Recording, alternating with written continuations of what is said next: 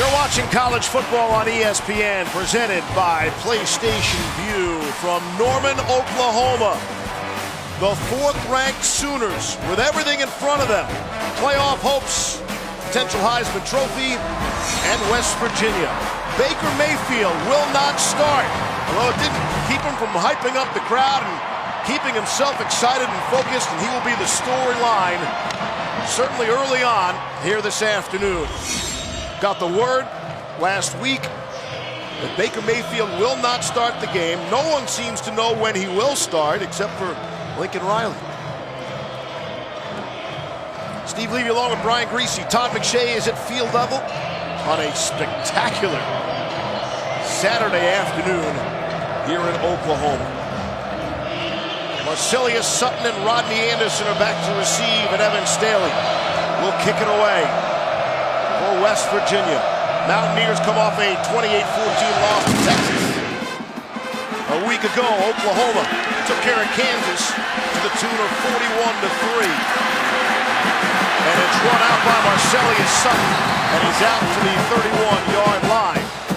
And it was in that game in Kansas when we had all the trouble. There's Kansas failing to shake Mayfield's hand. Yep. And then the inappropriate gesture and so on. Did Oklahoma get this right? They do enough? I think Lincoln Riley got it right. You had to do something. Baker Mayfield knew something was coming, and I think Lincoln Riley suspending him, for the first series, maybe two series, don't know what it's going to be, but the captaincy, what's one of the biggest honors you can have as a college football player is being a captain, and at home in your last time in this stadium for Baker Mayfield. That's what hurt him the most, and that he took the attention away from his teammates in the win last week. Those were the things, I think, a great way for Lincoln Riley to send a message to his quarterback. So as Mayfield watches, Kyler Murray is the starting quarterback today for the Sooners.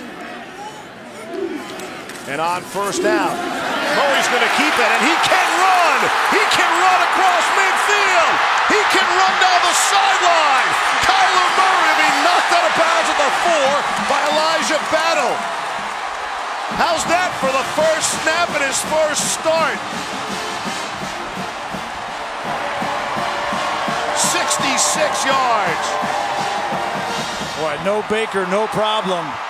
Kyler Murray's a talented individual, one of the most highly recruited athletes coming out of high school in college football. Went to Texas A&M, didn't work out for him there. He's made the decision to come here to Oklahoma, and his first snap in Baker Mayfield's shadow, he almost takes it to the house. Might keep Mayfield on the bench a little longer. Here's first and goal now. On the ground, Rodney Anderson, and he's on his feet into the end zone for a touchdown. How do you like me now? 49 seconds in, Oklahoma scores the touchdown.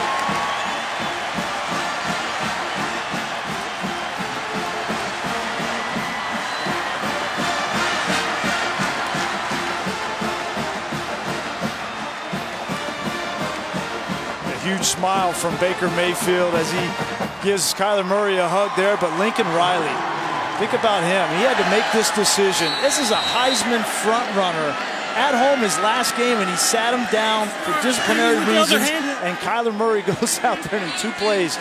They're in the end zone. Austin Seibert on for the extra point. What a story. Kyler Murray, a couple of years ago, he got 3 starts at A&M, but what a start here today. The thing that he brings that Baker Mayfield doesn't quite have is the speed element. We were talking with Lincoln Riley yesterday. He says if he gets in the second level, nobody's going to catch him. Almost didn't catch him here, but that's the element in the run game, the zone read, the option game. That's what he brings, and Baker Mayfield, you know what's going through him, his mind on the sideline, and how much this is hurting him, and that just takes kind of all that anxiety away, and Rodney Anderson finishes the drive. Because what you don't want to be the story after the game is the fact that Mayfield didn't start the game. You want this to be put away with and done, and I think that's what Lincoln was hoping for. And wow, what a start. And then, if it is first series, Griese, you expected it to be more than 2 snaps. Yeah, I think that's what they might be talking about right there, right? Lincoln might be saying, hey, man, I told you 1 series, but that was only 2 plays, man. We might have to go another series here. But the message has been sent, yes. right? This week, yes. Baker Mayfield having to deal with this week with the media, the captaincy issue. He was humbled, right? He was down in the dumps on Sunday. And on Monday when he met with Lincoln Riley, Lincoln said, listen, man, I'm not asking you to change, but I want you to find a better you and have some class. Don't lose your edge. Learn to manage it. And I think that's hopefully what we'll see from Baker when he gets in this game. So if you're just joining us now, it's 7-0 Oklahoma. And it'll be a touchback to bring it out to the 25. We say hi to our guy, Todd McShay.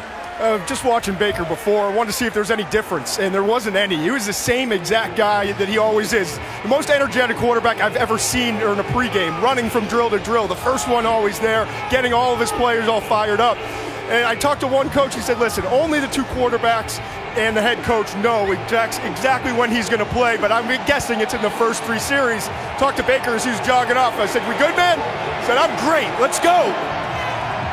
I wouldn't expect any other answer from Baker Mayfield. So what a start to this one. First down and 10 for the 25.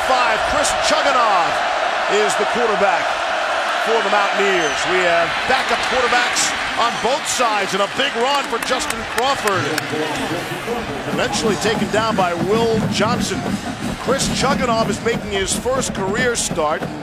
What a place to start in place of the injured Will Grier. Yeah, and Will Grier went out with that fractured, dislocated finger last week against Texas. And Chris Chugunov, talk about difficult situations. Coming in for Will Grier, who's been outstanding this season, but on the road in a hostile environment against an Oklahoma team ranked 4th in the country. Gain of 16 on first down out of the Wildcat. Here's Kennedy McCoy carrying the football as they line up Chugunov out towards the sideline. This Chugunov, he's a tough character. He took some shots last week. Texas is an outstanding defense, and they came after him. Todd Orlando took some shots on him, and he got up after hits like this. Such a targeting call. Breckenhager thrown out of the game, but he stood in there, fired some shots down the field. The thing that he has, Steve, he's got some receivers, 3 of them, outstanding wide receivers, all 3, Jennings, Sills, and White, over 900 yards. That's why Will Grier, who you saw there, has had such an outstanding year.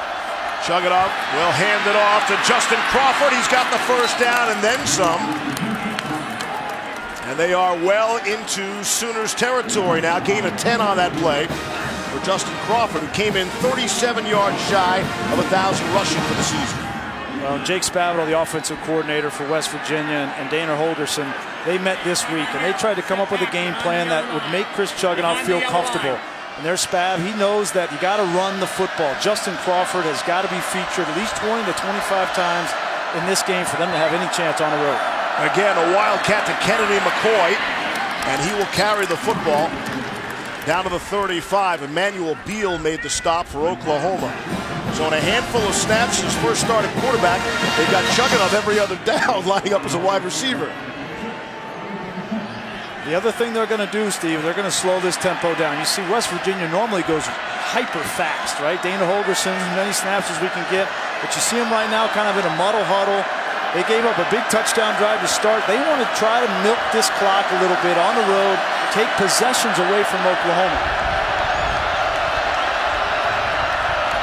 Chugunov will take this snap and hand it off to Kennedy McCoy. And they'll bring up a third down and short. Beal makes the stop.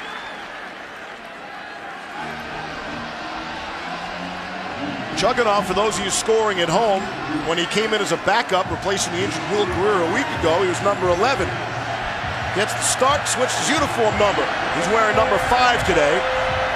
That was his number in high school.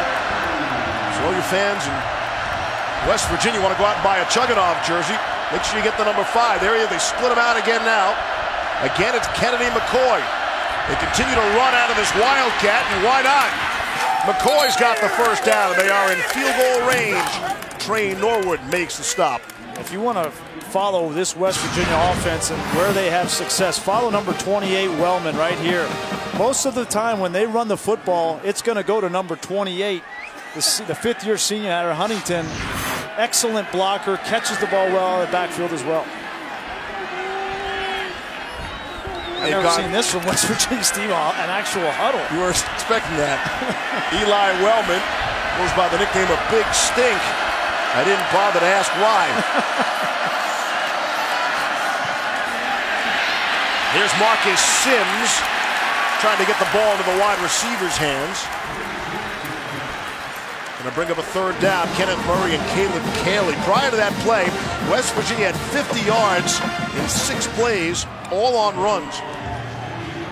Well, this Oklahoma defense, they've taken the first shot from West Virginia. They've given up some yards on this drive. They've had some wildcat. They have some misdirection.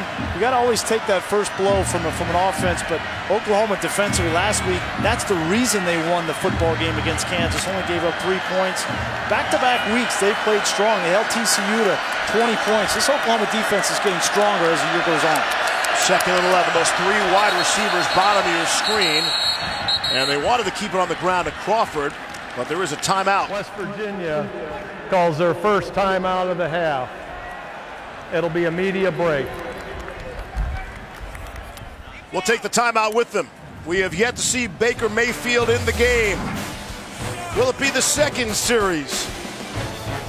Oklahoma 7-0 lead, West Virginia on the move.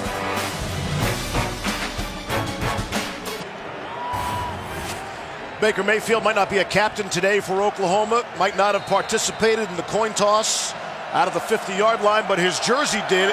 Orlando Brown out there with Dimitri Flowers. That gives you some idea of how beloved Baker is by his teammates. Here's Chugunov, his first pass attempt of the game. Back of the end zone and out of the end zone. Gary Jennings was there. Jennings has not been able to find the end zone all season except for one time. And while that was a completion, out of the end zone easily, clearly. Yeah, great coverage there by Stephen Parker. Great job by Parnell Motley and Parker switching off that route on the outside. Hard play action on 2nd down, and Oklahoma defensively was not fooled. Sooners secondary has been a bit of an issue. Got a couple of true freshmen out there. We'll watch for that all afternoon. 3rd down and 11. Trey Brown and Trey Norwood, both of them true freshmen. We'll see a bunch of them. On 3rd and 11, they keep it on the ground, and Justin Crawford, he's still on his feet, and he has the first down. Great second effort by Justin Crawford. Moves to 6. Great block here by Lingenfelter. Take a look at this offensive line. Getting up to the 2nd level on the Mike linebacker, Ken Murray. He just kind of plants him in the ground. And Crawford is just pushing that defensive line. That was Neville Gallimore who had his back to him, and he was just pushing him downfield. Lingenfelter on the block there. He's in for the Kyle Bosch injury. The starting right guard out with the lower leg. 1st down and 10 now. About the 15. Little shovel to Wellman. Bring him 2nd down. If West Virginia is going to pull off this upset on the road, it's a tall task, but it has to start with their offensive line up front because they need to control the game, control the amount of possessions Oklahoma's great offense has, and then run the football with Crawford, Kennedy McCoy, and Pettaway. And Dana Holgorsen knows that he's got a quarterback that hasn't making his first start. This offensive line has to take the game on their back. This is a beautiful looking drive to this point. Here's Chugunov trying to set up the screen, able to get it to Wellman. And he's stopped by Amani Bledsoe. Back to the line of scrimmage, 3rd down. Great recognition by Bledsoe. We see this so much in college football these days. This roll to one side and then throwback screen, whether it's to a tight end. In this case, it's to a fullback and Elijah Wellman.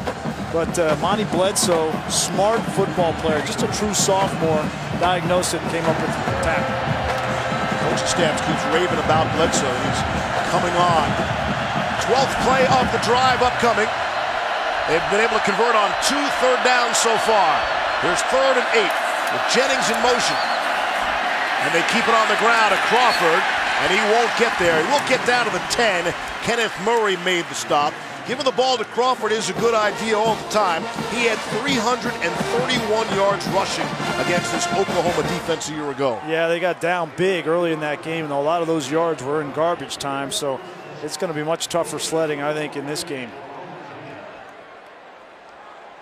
4th and 6 upcoming, so we'll get the field goal attempt. It's Evan Staley, who is just 3 for 4 on the season. It's a 28-yard field goal attempt.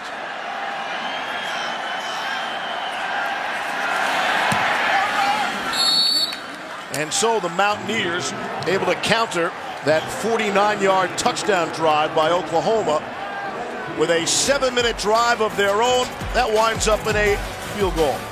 Is it Baker Mayfield time? We'll find out.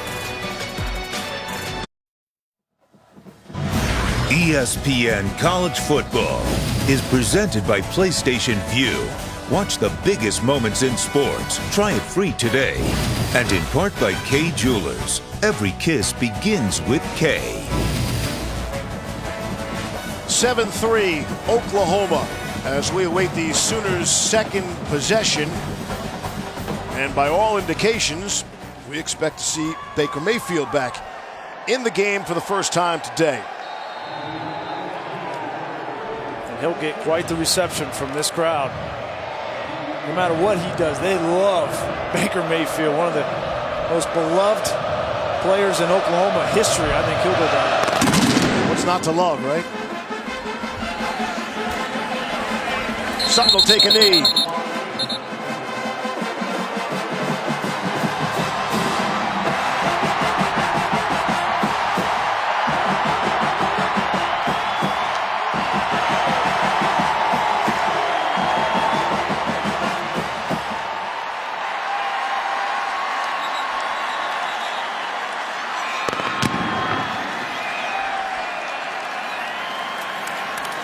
And now it's the Baker Mayfield show. And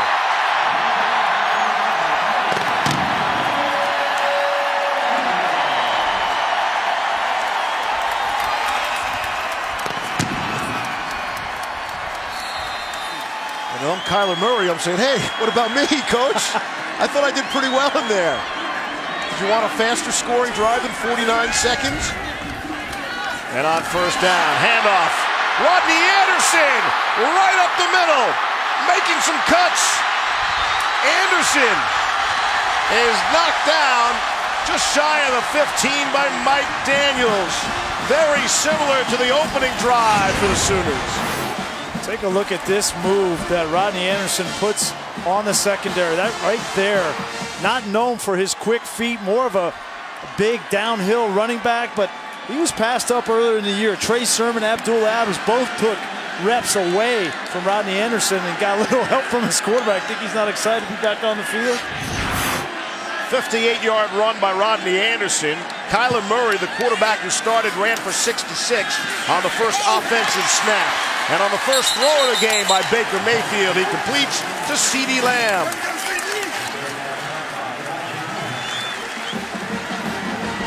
This offense so explosive. I mean, you run the ball between the tackles, back-to-back drives. One time with Kyler Murray, now with Rodney Anderson. Then you flip the ball out to a guy like CeeDee Lamb, Marquise Brown, Mark Andrews, Dimitri Flowers. So many weapons, Steve. This is the most difficult offense to defend in college football this year. On first down and goal from the 6. Baker will hand it off. Rodney Anderson will be dropped for a loss. Excellent defensive play by the Mountaineers' best defensive player, David Long. Yeah, David Long needs to have a big game. He's unquestioned leader of this Mountaineer defense, and now that no Will Grier on the team, unquestioned leader of the team. He's got to have a big game along with Al-Rashid Benton, the Mike linebacker, number 3. Those two guys have to have an effect on Mayfield and Anderson in the run game. Crowd was chanting Baker's name. They want a touchdown pass. Here's second and goal. Here's the opportunity to throw. It is juggled and caught. CeeDee Lamb, touchdown.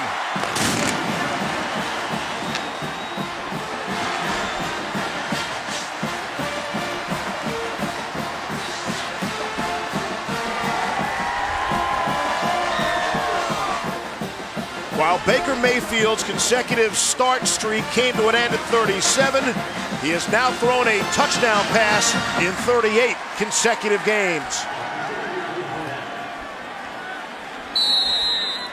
Here's Seibert on for the extra point. On the way, and it's perfect.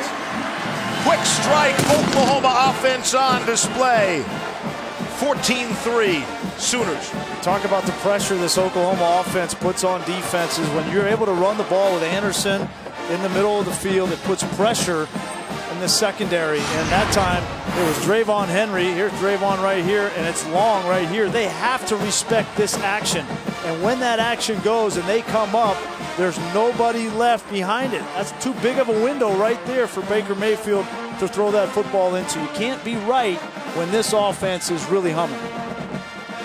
Minute 47, 75 yards, some 4 plays.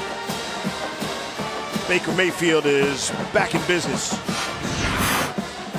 I know there's been a lot of emotion for Baker this week. And certainly something, as we said, something had to be done. I think this can ultimately, Steve, though, be a positive for him. He came out here. The team is going well. They score on the first drive. He comes out. They get a touchdown. They're up 14-3, and the crowd has embraced him. He knew that was going to happen, right?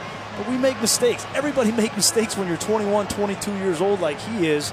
And how nice is it for him to make a mistake, have a good conversation with Lincoln Riley, know that he has to change his behavior, come out here and perform the way that they have in the first 2 drives, and then put that behind him and move forward and change behavior. Couldn't have gone better for Baker. Lincoln Riley said he really had to think long and hard about the kind of discipline. Here's Marcus Sims from the goal line. Sims trying to spin away from some people. Get out to the 26. Say hi to Adnan Burton.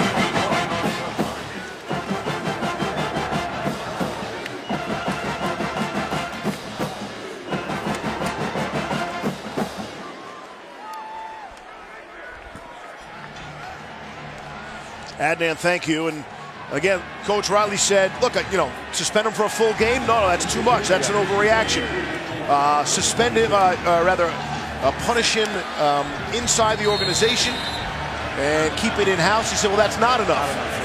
So it was that fine line. What's the right punishment? And he definitely talked it over with a lot of people, Riley did. On first down, Chugginoff comes up throwing. Gary Jennings able to haul it down. And he is pushed out of bounds at the 30-yard line. The other thing I respected about Riley, as a flag comes in late,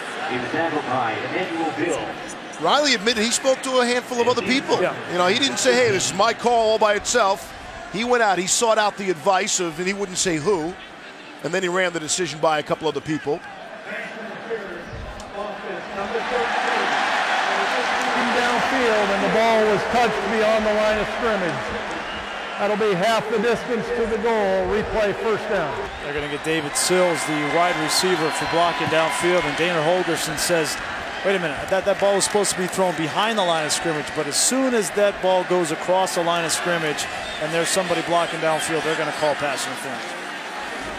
Brad Van Vark, our referee today. But you're right, Steve. I think people forget that Lincoln Riley's a first-year head coach, right, of the number 4 team in the country. And he's got the Heisman favorite by a long shot who does something, makes a mistake, and he had the guts to make the right call. And I've been as impressed with Lincoln Riley as any coach in college football this year. First down and 23 after the marker. Here's Justin Crawford out across the 20-yard line. Will Johnson and Caleb Kelly in stop. Go back and take a look at that penalty and see if Dana Holgorsen had a point. If you see that black line, that's a line of scrimmage. As long as that ball is thrown behind the black line, it's not a penalty, but it was clearly thrown beyond that black line, so a good call by this officiator. 2nd and 15, get some of the penalty yardage back.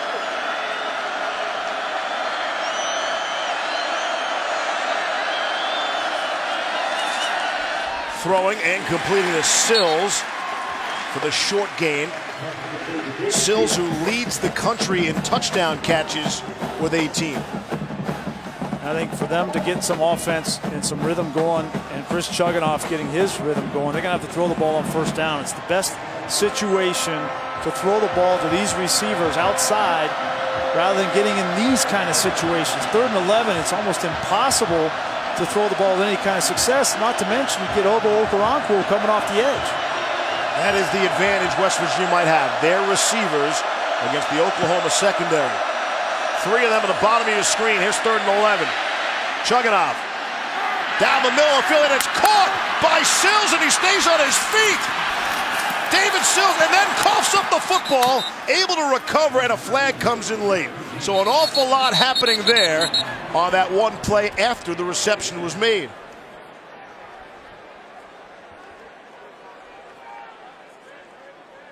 Great adjustment by David Sills. There's going to be some throws in this game where Chris Chugunov just trusts him, and he's got to come back and make a play. That ball, maybe a 50-50 ball, and Sills goes up and uses that 6'4" frame to come down with the football. One of the reasons why. There is no foul for a block in the back. It'll be first down. One of the reasons why David Sills is one of the 3 finalists, semifinals for the Biletnikoff Award. Take a look. When you throw this football, when Chugunov throws the football, take a look at where the defense is. Here they are right here. There's not a whole lot of room there. He's trusting Sills to come back and make that adjustment, and he does. It makes a play for his quarterback and sets him up in business inside the 25. It's a 51-yard gain on the pass play. And I would think that would give your quarterback plenty of confidence. Absolutely. 3rd and 11, no problem. On 1st down and 10. Flags fly as they hand it off to Crawford. Leans forward for a yard. Marquez Overton at the nose tackle spot.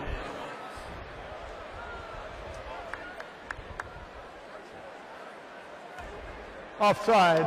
Defense number 31 lined up in the neutral zone. 5-yard penalty. Replay first down. That's Okoronkwo trying to get a little extra advantage as if he needs it. The senior from Houston, Texas. Outstanding defensive player on that Sooner defensive line. Typically when you see that happen from a defensive end or outside linebacker, it's on 3rd down trying to get an edge, but on 1st down, no reason for Obo to be offsides. 1st and 5. I would take a shot. Here's Chugunov, thinking along the same lines, back of the end zone. It's Sills. Did he get the no? He caught the ball, but they're going to say he was out of bounds. Stephen Parker had the coverage. Wow. This is the traditional fake bubble and have a receiver go downfield to the corner of the end zone. Chugunov, a great throw, gives Sills an opportunity chance. His feet definitely come down inbounds. He has the ball. So this is that catch, no catch conversation. You have to control the ball all the way through the ground. That ground, if it causes the ball to come out, it's an incomplete pass. And by definition, it was a good call. Not even going to look at it. 2nd and 5. Going up is Jennings, and he's able to hang on, and he has the 1st down. Will Johnson put the pop on him. That was 12-on-12 violence right there. Barry Jennings, 93rd catch of the season. He's closing in on 100 catches for the year, already over 1,000 yards. He's one of the more sure-handed wide receivers in college football.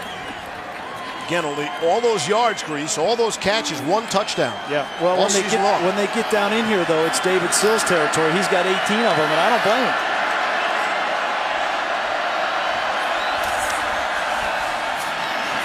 Crawford trying to find a hole and finds a few yards. We come up on 1:40 left in the quarter.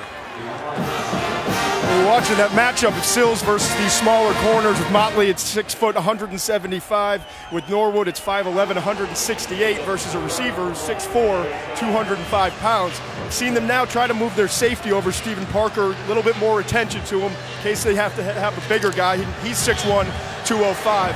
We'll see how they match up here. He just came off the field. 2nd and 9. That ball is out. Crawford fumbled the football, and I think Oklahoma has it. Okoronkwo was the first into the pile. Ozibobo came out with it. And he's got the football.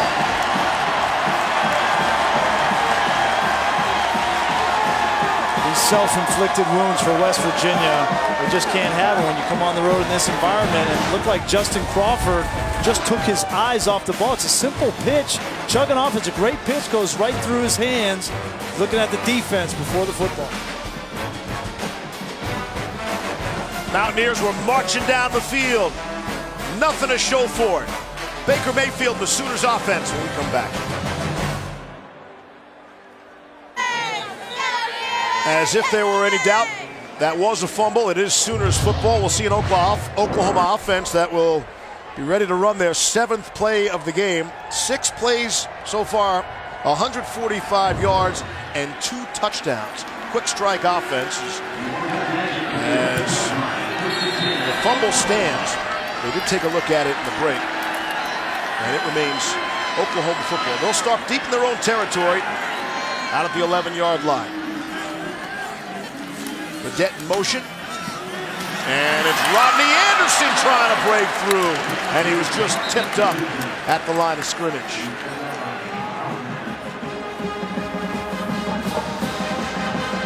There's been a better marriage in college football in the last 3 years, coach and quarterback, than Lincoln Riley and Baker Mayfield. I think these two are perfectly suited for each other, both from a on-the-field standpoint as well as a temperament standpoint. Lincoln Riley very laid back. I think Baker Mayfield and he have a great relationship, and you can tell they love working with each other. There's Mayfield to throw down the middle of the field. Got a man wide open. Marquise Brown. Again, the quick strike offense. Now, that was my quarterback. He'd be my best friend, too. We'd get along great. And the quarterback's best friend is speed on the outside, and that's the definition of Marquise Brown. You can see, if you don't get a jam on him, if you allow him a free release into the secondary, there's not a whole lot of DBs in college football that can run with him. And that's an element, Steve, of this Oklahoma offense that was going to be missing potentially this year without a D.D. Westbrook, and Brown has filled that role. Brown averaging 19 yards per catch. That was good for 56. Here's Anderson inside the 20-yard line, and that will be the end of the first quarter. Quick strike offense for Oklahoma. Baker Mayfield did not start the game. Came in for their 2nd series. Sooners already have 217 yards of offense. You're watching college football on ESPN, presented by PlayStation Vue.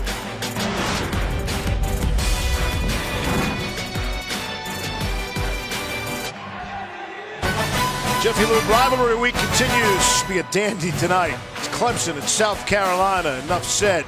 It's also streaming live on the ESPN app. 109th straight season for the matchup. 2nd longest uninterrupted series. Minnesota-Wisconsin is the longest. Again, the ESPN app is a fan's best friend. Go live your life. Do what you have to do. Keep eating those Thanksgiving leftovers. All while watching the app. Yeah. Is that it? Well, that's when I'm going to get home. So that's right. Handoff. Rodney Anderson, we open up quarter number 2, tries to cut it inside, and he has enough for the first down.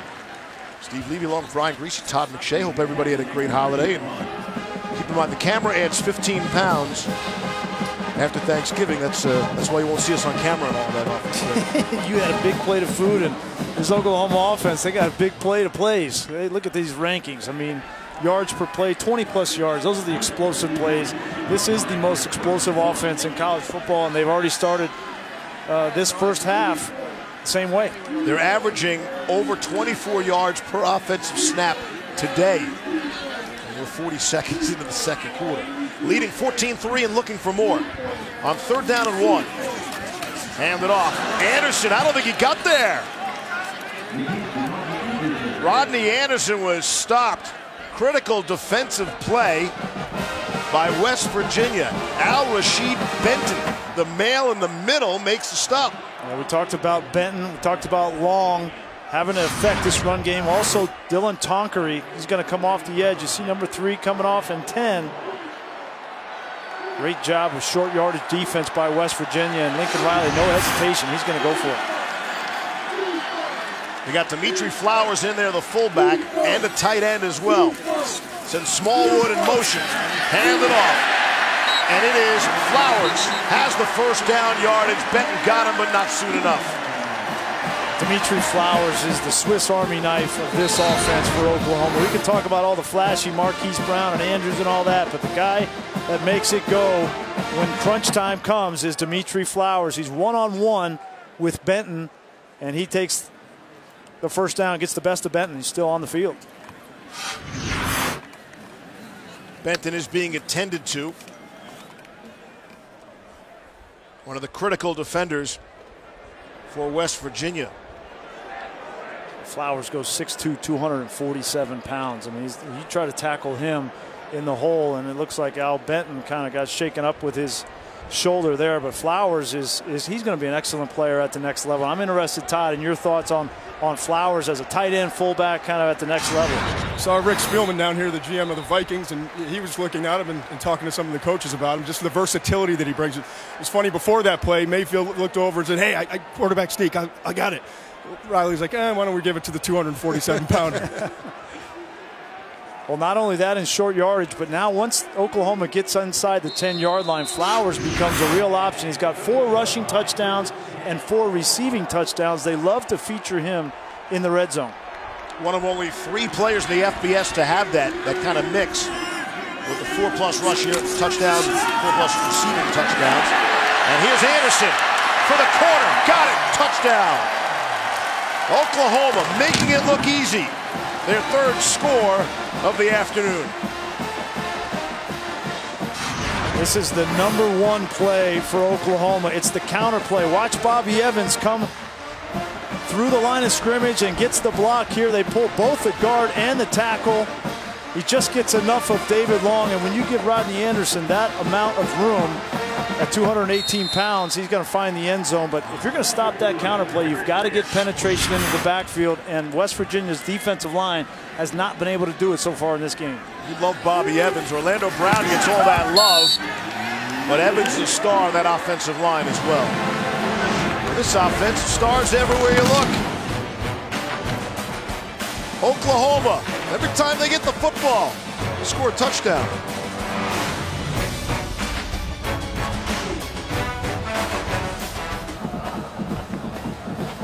Allstate is proud to be part of the team that comes together to do well by contributing to participating universities' general scholarship funds for each field goal and extra point kicked. To date, Allstate has contributed millions in scholarship funds, and for that we thank them.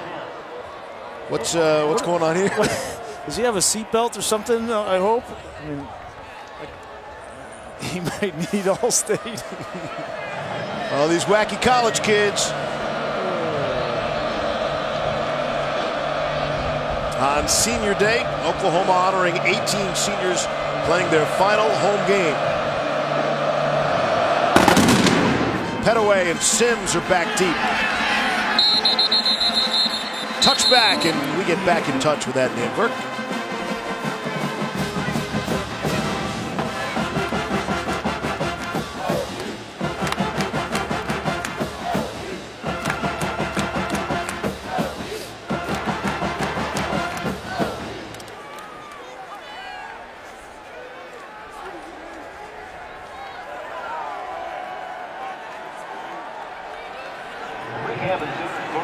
And thank you, keeping us posted on this rivalry Saturday here in college football.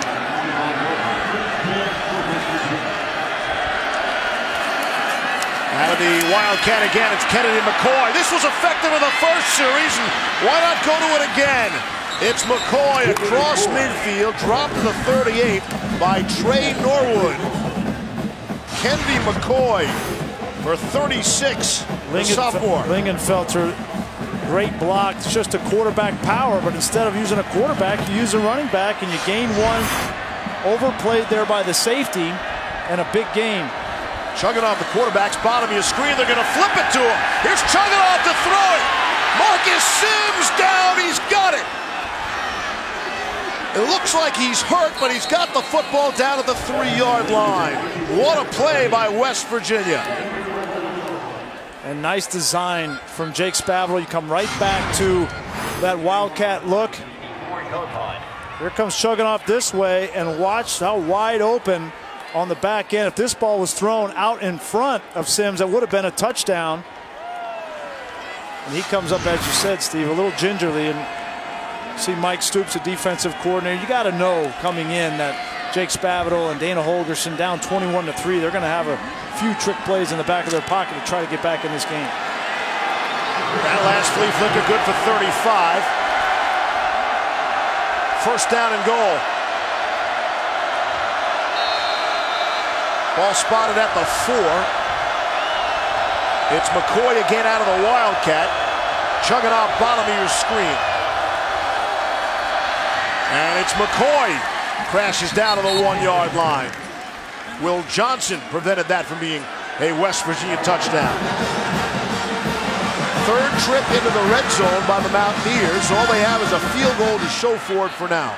It's getting chippy in there between this offensive line for West Virginia and that defensive line.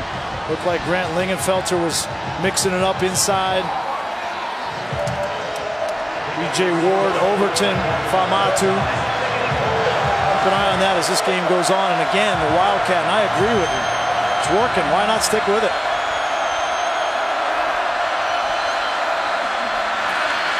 And they do. It's McCoy. Maybe gets half a yard. Stephen Parker came up to make the stop along with Caleb Kelly. That time it looked like McCoy, if he would have handed that football off, he may have had something. And Reggie Roberson has been playing at that kind of H-back position. I think you got to go back. I'd stick with it. I'd stick with the Wildcat here. It's been working for him. Looks like Chugunov is going to take this snap, though, on 3rd and goal. He's under center, and he hands it off to Crawford. They're going to say he didn't get there. And some pushing and shoving after the play. But Crawford is stopped at the 6-inch line. Okoronkwo made the stop. Ovo Okoronkwo has been everywhere so far for that Oklahoma defense. But it's going to bring up a 4th and goal. It's like the nose of the ball is on the goal line. Yeah, they're going to take another look at this. Crawford, let's take a look to see if his knee came down. Looked like he definitely got across. I think that's a touchdown. That ball came down on top of the white line.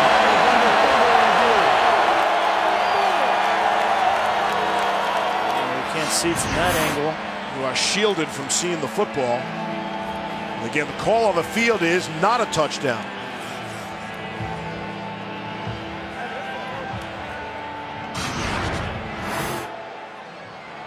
He's fighting for the yard. Now take a look at the knee. The knee does not go down.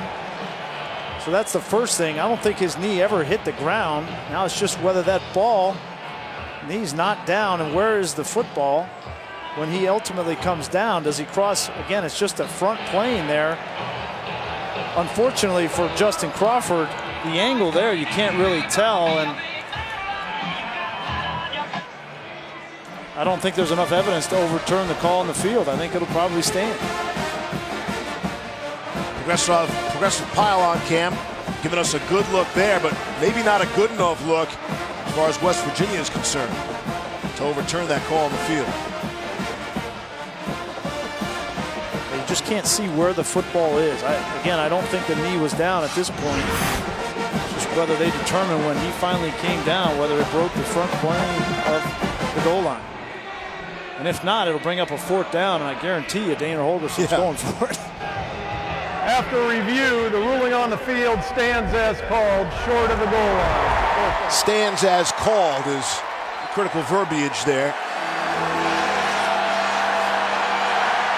So here we go, 4th and goal. That might be less than 6 inches. Keep an eye on Elijah Wellman here too. He's sometimes in these areas of the field a factor for West Virginia. Mountaineers chance to stay in the game right here. 10.5 to play in the half. And it's Kennedy McCoy for the touchdown. The gamble pays off. Jake Spavital brought in the extra beef. They brought in Trevin Wesco, both tight end / fullbacks, Wellman and Wesco. And they ran right behind him, and they got in. Here they are right here, 88 and 28. It's just power football.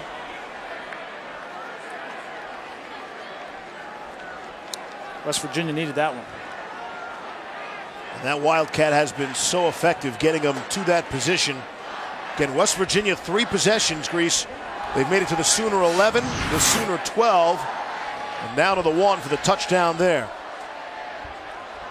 As we await this extra point.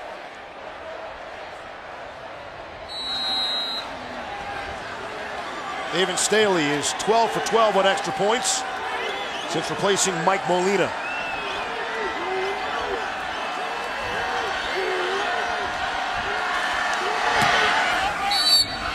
Puts it through.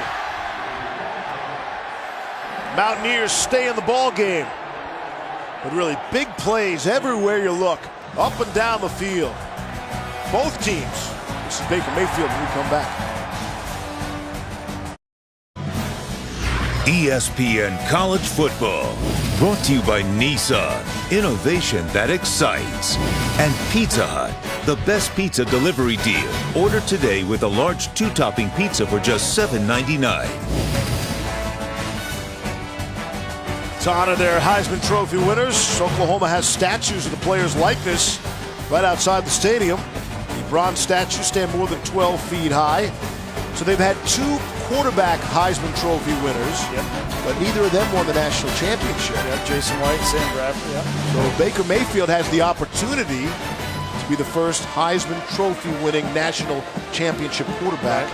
And first to ever finish 3 years in the top 4 in the Heisman voting, which is an amazing feat in and of itself. I think he's guaranteed of that.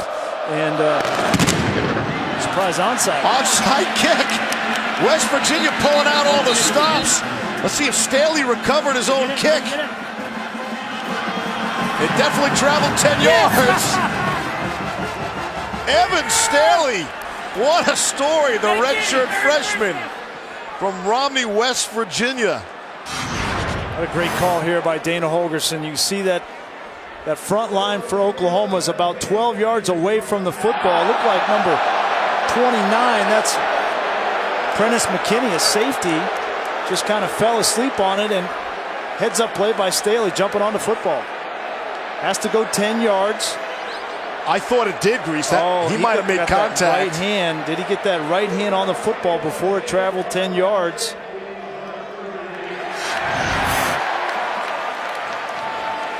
A great call by Dana Holgorsen, and we're going to find out if it was executed correctly. You get anxious, right? Because you see that defender that's coming for that ball, and then you reach out for the football. Again, it's got to get to the 45-yard line before Staley can touch it. Watch his right hand. Yeah, I think he touches it clearly before it gets to 45 yards, right there to the 45-yard line. And that was well designed. You see a lot of bad onside kicks, too. That was perfectly done, except for that one little issue of not traveling 10 yards. Wow. And this is going to hand Oklahoma great field position. Well, it was a gutsy call. Great call by Dana Holgorsen. You just got to execute it, and it's a game of inches. Really haven't heard that before. Really? I'm going to write that down. I'm probably the best color man in the business for nothing. Good point. You finally watched Major League, huh? You finally got to watch some of those movies. With Tom Petty blaring in the background. The waiting, of course. As we wait on Brad Van Vark's call.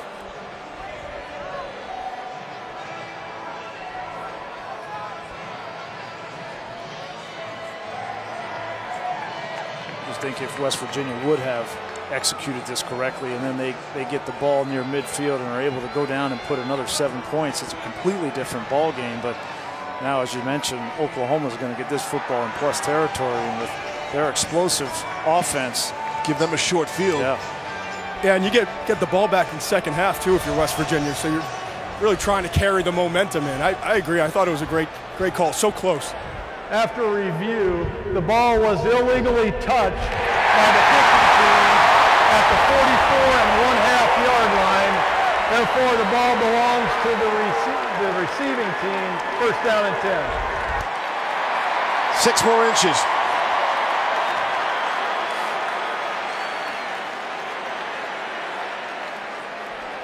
Great idea, great design. Does not work out for the Mountaineers.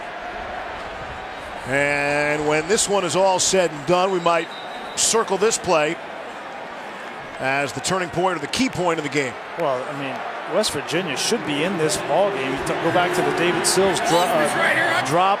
You go back to the fumble by Justin Crawford taking his eyes off the ball, and then that play just a little bit early by Staley. Those 3 plays could have gone in West Virginia's favor. What's Dana arguing there? That seemed to be pretty conclusive, the video. So they open up on first down and 10 now. Oklahoma does at the West Virginia 44.5. The half playing the critical role. Mayfield to throw off the play action. Wide open is Mark Andrews. He rumbles down inside the 20-yard line. Andrews' first catch of the day. It's good for 25. Great look at Baker Mayfield throwing into a window. You got zone dropping linebackers, David Long and Benton, and that is perfectly done. That's great anticipation from Baker Mayfield. Mark Andrews, that's years of being on the same page with your tight end and being accurate with the football and on time. At the 20. On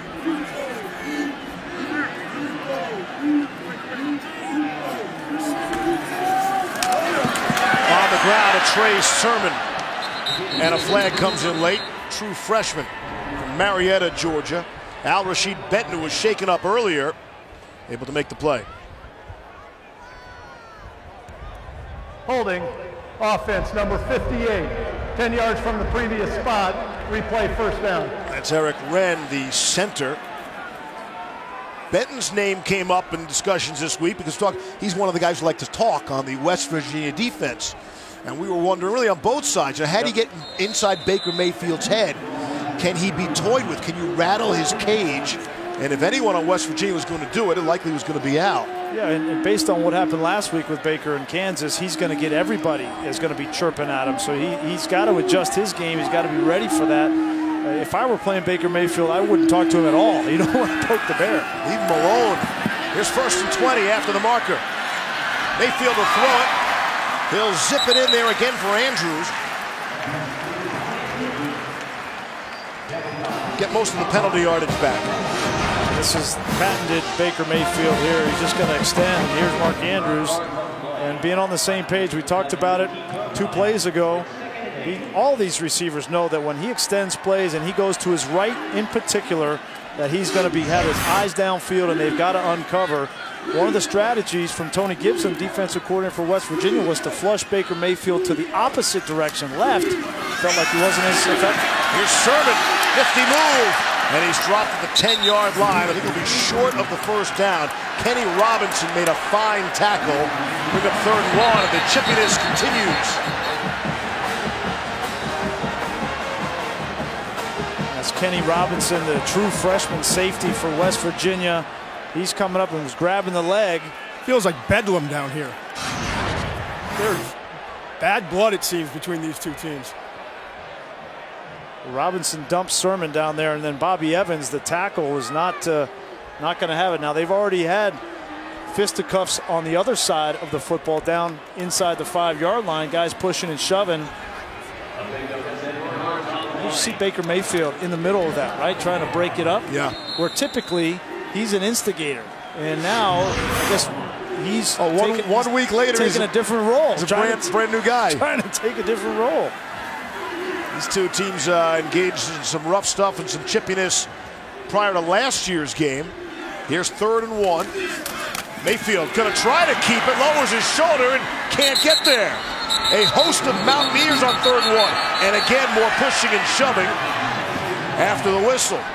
Kaiser White made the first hit on Mayfield to keep him out, prevent him from getting that first down.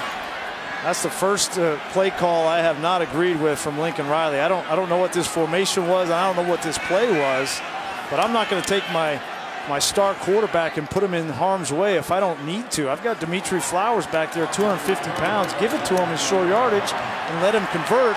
But Baker Mayfield took 2 or 3 big hits on that short run, didn't make it.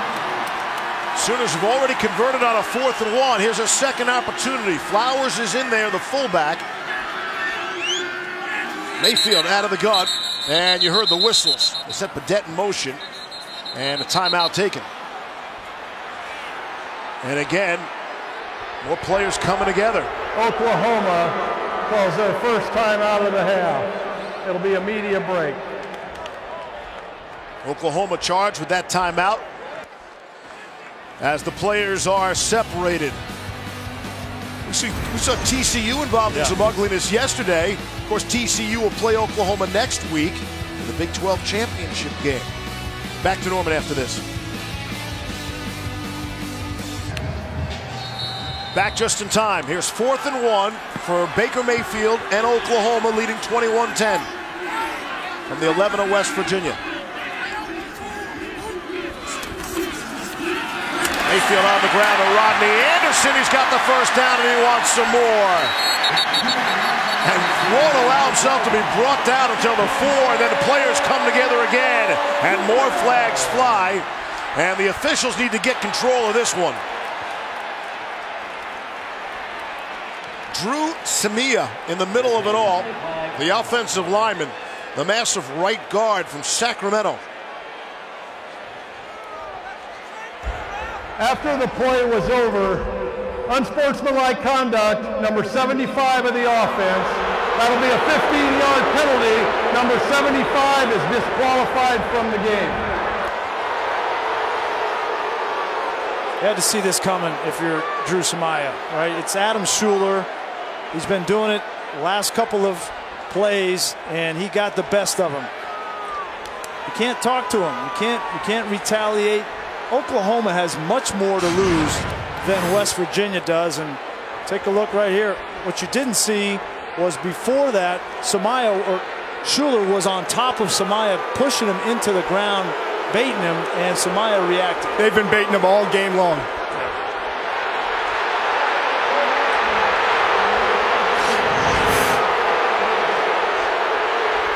Samia will leave. He was the first Oklahoma true freshman offensive tackle starter dating back to 2006.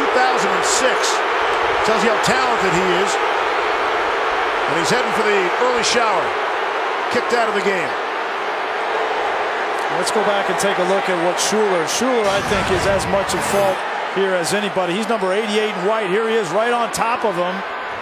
And just pushing him into the ground. Maybe trying to get his hand in his face mask. I mean, who knows what's going on there. And it's hard to blame Samia for the reaction, but you got to let him go. You got to let it go. And he's really fortunate this happened in the first half of the game rather than the second half, because if it happened in the second half, he wouldn't play the first half of next week in the Big 12 championship game potential against TCU.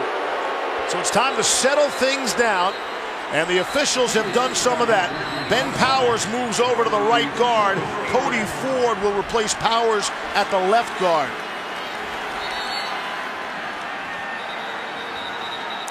I'm not sure why Samia is thrown out of the game, though, to be totally honest with you. He didn't throw a punch. You know, you get it unsportsmanlike. You get a warning before you get kicked out of the football game. I'd love an explanation from this Big 12 crew as to why they kicked him out of the football game rather than just give him an unsportsmanlike conduct. Reese, I thought when he was on his back, he did fire a right in the air, but he was down in a prone position trying to protect himself. The play resulted in a first down. This is Baker Mayfield in the break trying to tell everybody, hey, don't talk to him. Just don't talk to him. After the foul is enforced. Great leadership there and a change from Baker Mayfield from a week ago, but Samia obviously didn't listen to him. So it's going to be first down and goal with the ball spotted out at the 20-yard line after the post-possession foul.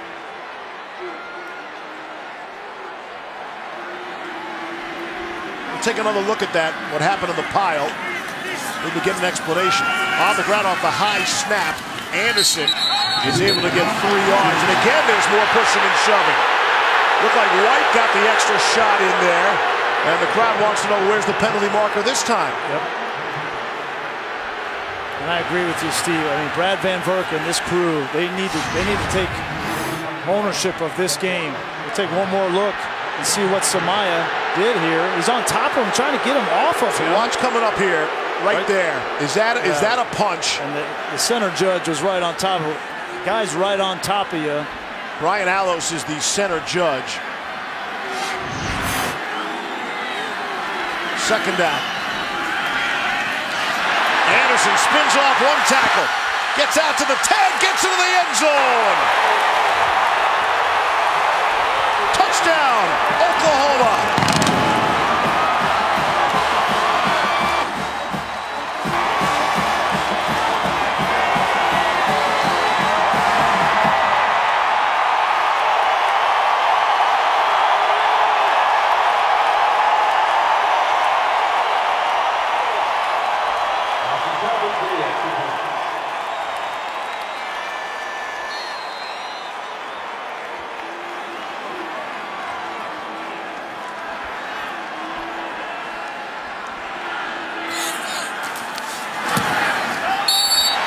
extra point is good. That is the touchdown that follows the onside kick that didn't go far enough. Yeah, you want to shut somebody up that's chirping at you, talking to you. Don't use punches, use power, and put the ball in the end zone. This is the way you shut up a team. CeeDee Lamb emerging as one of the best young wide receivers in the country, and if you want to take your game to the next level, you block like this. What a great job working down the field and allowing the back to get in for a score.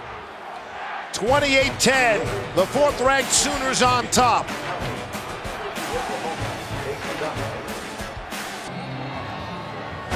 Jiffy Lube rivalry week continues tonight. Clemson and South Carolina. Boy, South Carolina, they would just love to spoil the Tigers' fun at home, right? And keep in mind, South Carolina has won 5 straight home games. That'll be fun to watch tonight when we are through from Norman, Oklahoma. 28-10, 4th-ranked Sooners, and again, more than nonsense. And in a rivalry weekend, you don't exactly think of West Virginia and Oklahoma as true rivals. Trey Norwood in there doing some of the talking. Yeah, these two teams got into it before the game last year, though. You got to be smart right now. You want to get the fans into it, your Lampkin, and you got the momentum now if you're Oklahoma, but you got to be smart. Mentioned last year, and this is the game played in Morgantown. This was prior to the game. Love the emotion of college football, right? You come out and you want to be emotional, you want to pull an upset, and then West Virginia got the doors blown off. Baker accounted for 4 touchdowns on the day, 56-28 win. That's the poking of the bear you talked about. I think Baker Mayfield's a changed man. Well, you want to see a change in behavior, right? Who knows if he's a changed man? Yeah, but I will say this. After that last touchdown, I watched him throughout the entire break. He went up and down the sideline. He talked to every starter on the defense, and I think what he was saying to him, hey, be smart, right? They're going to come after you, be smart. And then he went all the way down his entire starting offense and said the same thing. That's a great change in behavior to me if you're watching Baker Mayfield. Off the play fake. Chugginoff to throw, lofts it a little too high. Look for Eli Wellman. Again, remember last week, got all the national headlines, all the conversation at Kansas. They refused to shake his hand, and Mayfield went a little too far. And then this week, he's the peacemaker. Yeah, well, this is what you want to see, right? If you're an Oklahoma fan or you're a fan of college football, you see him in there breaking up a fight, getting his guys. He's not looking at the West Virginia guys. He's looking at his guys.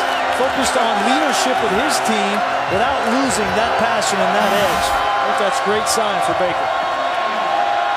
These are college players. They're still learning.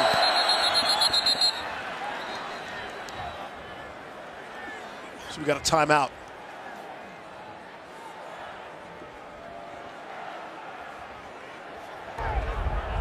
Timeout, Oklahoma, their second of the half. It'll be a media break. 5:14 to go here in the half. These teams could use a cooling down period.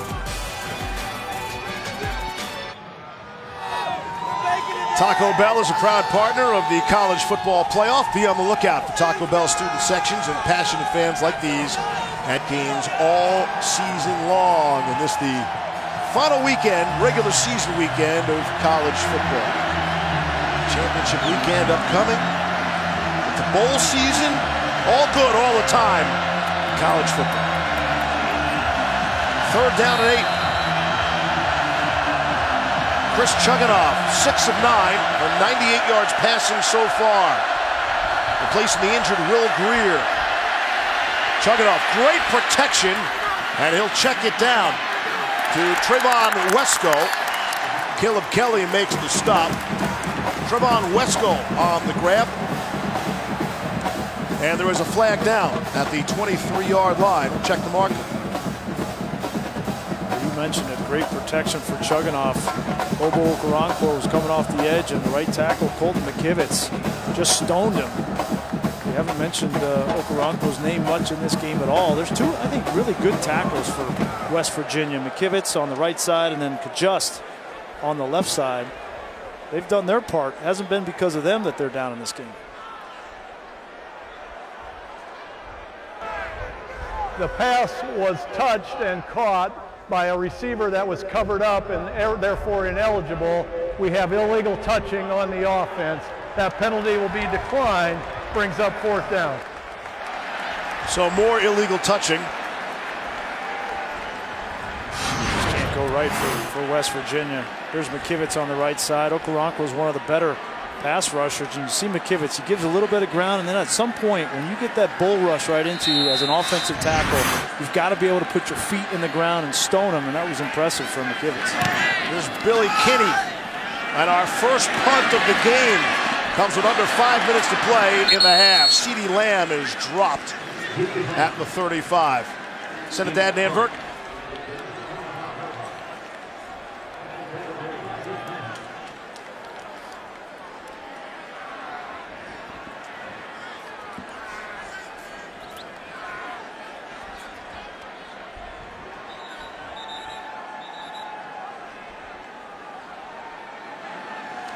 Something about a camera, apparently. Great tease there by Yeah. You don't know what that is. How can you be ticked off after a game like that?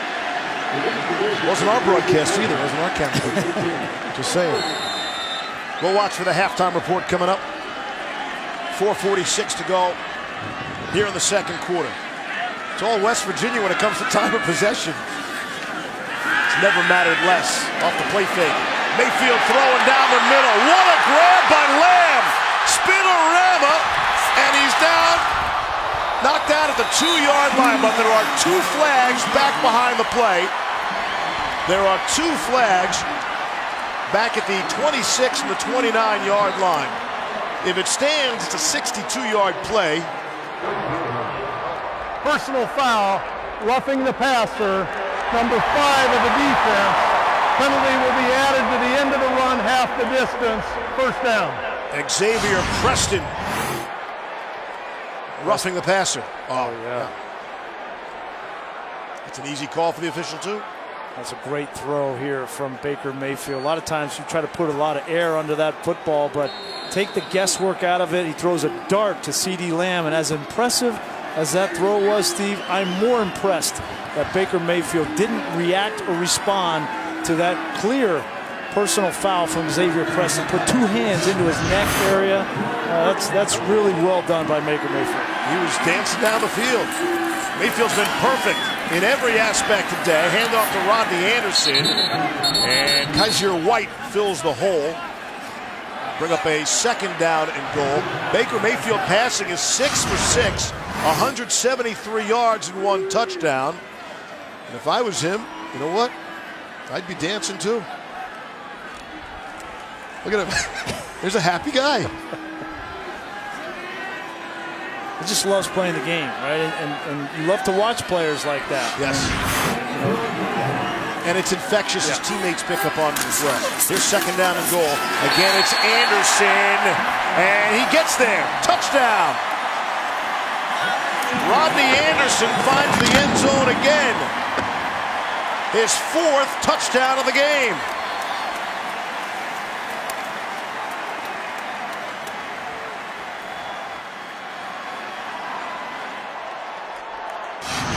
There's only so much chirping you can do, so many late hits you can have. But once you get down by 24 points in the first half of the game, it all falls flat. And Oklahoma has taken over control of the physicality of this game, the execution of this game, and they're winning with class right now. 5 possessions, 5 touchdowns by the Sooners. Up 35-10. On the field, right? Get your guys up. Make sure nobody does anything stupid. You know it's been a chippy game. Let's get off the field, and then once you get off the field, now you can go back to your to your normal ebullient self, right? And have some fun.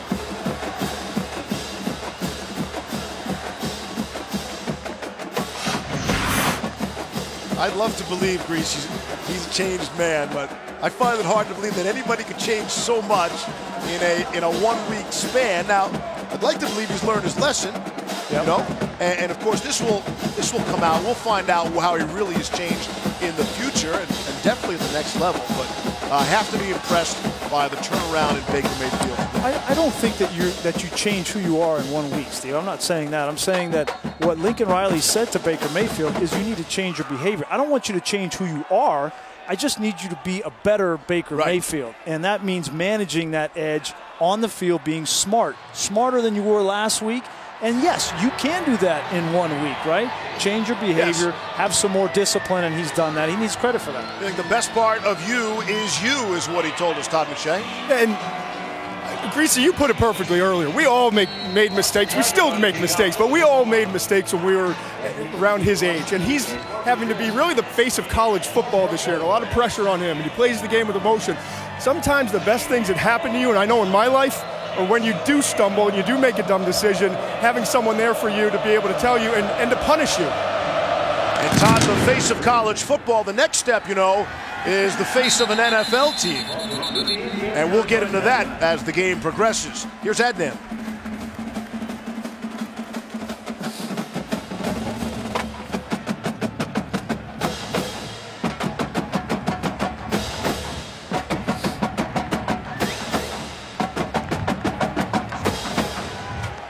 All right, Adnan, thank you.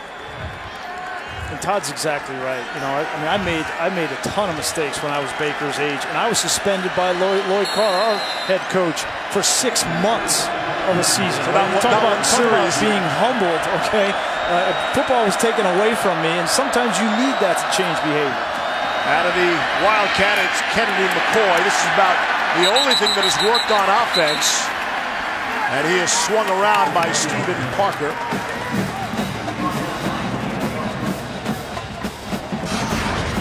Go back and take one more look. Watch, he gets punched in the head. I mean, that could have easily been a targeting foul and an ejection for Preston. He doesn't go back and chirp. He doesn't chase after him. Just says, listen, there's a flag. Throw the flag. Okay, that's a change in behavior that's positive for Baker.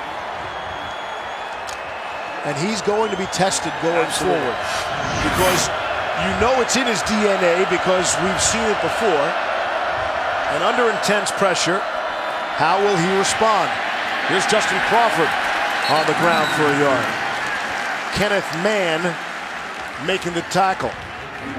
Todd, so you know NFL people are watching every move by Baker Mayfield. I'm curious, you know, reaction to the shenanigans of a week ago and how quickly they might fall back in love with him if they lost any of that love this week. I actually talked to a few scouts and general managers this week on purpose because I knew we'd talk about this. And every one of them basically said, hey, listen, he's going to go through psychological tests. We're going to interview him. We're going to really dig into who he is as a person. And we're going to find out more as we get closer. But it definitely puts it on the radar, and it's a red flag you have to deal with. 3rd and 7. Chugunov down the sideline. Underthrew his intended target, Gary Jennings. Stephen Parker had the coverage. One GM that I talked to said, you know, Phillip Rivers, he kind of plays the game with that same mentality, and it's worked out for Rivers. Maturing is the whole key. It is learning from some of these mistakes. Yeah, Todd, you know, I agree with you, and I don't think it's as much for the NFL about the actions. I think it's about the character of the individuals, but sometimes actions are windows into who we are as individuals. And if that's not really who Baker Mayfield is, these change in behavior and actions today, I think, is a step in the right direction. That'll bounce in front of CeeDee Lamb, and it'll be down by West Virginia. I'd love to know what Coach Carr suspended you for. I think America wants to know.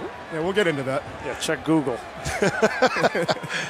Down to Todd for more on Baker. You got some grades for us? A+, A? Oh, yeah, no. they're all they keep improving every time we see him. Let's put it that way. And I think, you know, a little bit like his personality, his greatest strength is his ability to extend plays and create. But the fact that there is the issue of him struggling, moving to his left and stepping up in the pocket, it's a really good grade in terms of pocket mobility. But there are some things he can still improve. But for me personally, I thought coming into the year, he was more of a third rounder who maybe one day develops into a starter down the road, but you're not banking on it, versus investing a first-round pick in him. And right now, he's playing like a first-round quarterback. And I know the intangibles everyone's going to look at, but he has an awesome football character.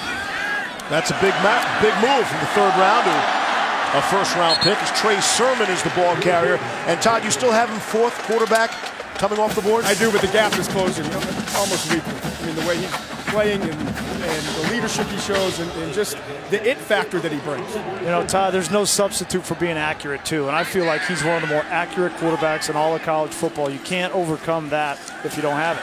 Leads the nation in completion percentage. And he'll add to that right there. Dimitri Flowers across midfield. And his accuracy, he's been perfect today. Yes. 100%. He's been the most efficient quarterback in college football in back-to-back seasons, and he will leave a legacy here at Oklahoma as the most efficient quarterback to ever play in college football. I mean, and I know there's been a lot of programs, a lot of quarterbacks, and we're in a passing kind of era here in college football, but nobody has done it more efficiently than Baker Mayfield. That's saying something. Little shovel to Jeff Badette, the wide receiver. And he gets out of bounds just before the first down marker. That goes as a completion, make Mayfield 8 for 8 in the game. If you're just joining us, he did not start the game. Kyler Murray got the start. He ran 66 yards, Murray did, on his first snap. Wound up being a touchdown drive. Only a two-play drive, went 70 yards. Cashed in with a 4-yard touchdown from Rodney Anderson. And then it was back to the Baker Mayfield show. With 50 seconds left in the half.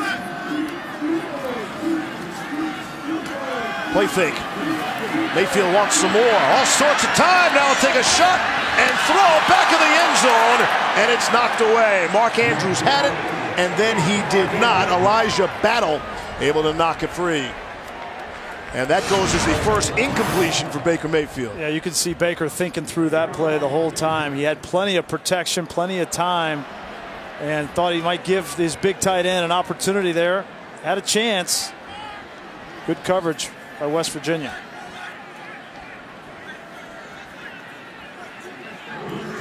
From our progressive pylon cam, you got the beautiful look at it. 3rd down and 3 upcoming. West Virginia. Their second of the half. It'll be 30 seconds in length. Timeout Mountaineers, and Baker Mayfield leaves and playing in his final home game here today. Think about all he has achieved.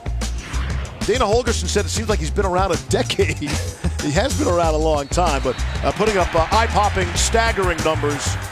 And he will leave here, I believe, as the best quarterback in Oklahoma history. Yeah, and if they're able to continue on, win the Big 12, get into the playoff, and win a national championship, imagine the legacy that number 6 in red will leave on this university. And I think one thing we were talking with Todd about is the next level for him. I think, with so much variability, so many question marks with quarterbacks and drafting quarterbacks. You look at some of the ones that have been drafted here lately. Though you can take out of the equation the competitiveness with him. Like you know that he loves football. He's going to live football at the next level. And to me, there's a lot of value in that. So you're not hung up on the height like a lot of people are. No. I agree. Off the flea flicker. They want some more. Mayfield's going to get tripped up and then stay on his feet and slide down. And a couple of white jerseys will fall on top of him for good measure.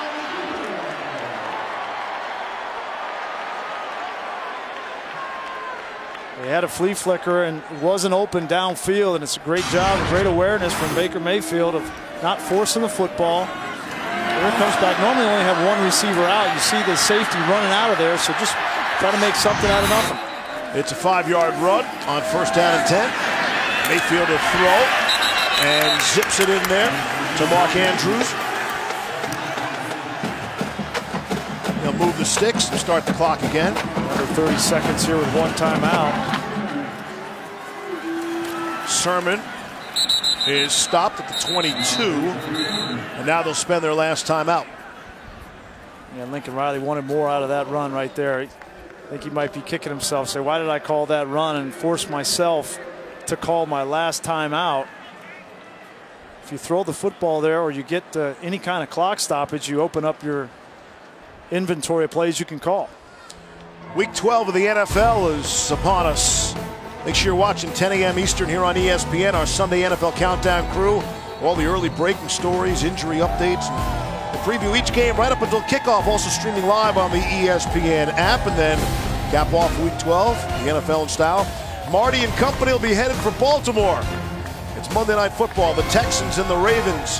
Coverage begins with Susie and the gang. Monday Night Countdown at 6 p.m. Eastern. Also available in Spanish on ESPN2. 35-10 Oklahoma, and they are not satisfied. They are looking for more. The Sooners already have 421 yards of offense and 5 touchdowns, and this is their 6th possession of this first half. And I wonder if Dana Holgorsen is going back to that. You know, if we just had gotten that onside kick. Yeah. It was 21-10. Right. Could have had possession at midfield, and things were clicking for West Virginia at that point. Since then, they've been able to add a couple scores. Here's Mayfield. All sorts of time directing traffic. Now he'll gun it out for Marquise Brown. He'll get out of bounds. Stop the clock. West Virginia continues to try to bait Baker Mayfield. That time it's Ezekiel Rose pulling him down late after the ball's thrown. Take a look again. There's Rose coming 91. Baker throws the ball. Right there. What would he have done earlier in the year, right? You can still talk, right? You just can't have the action. Here's Mayfield. Zips one in there to Andrews for the touchdown.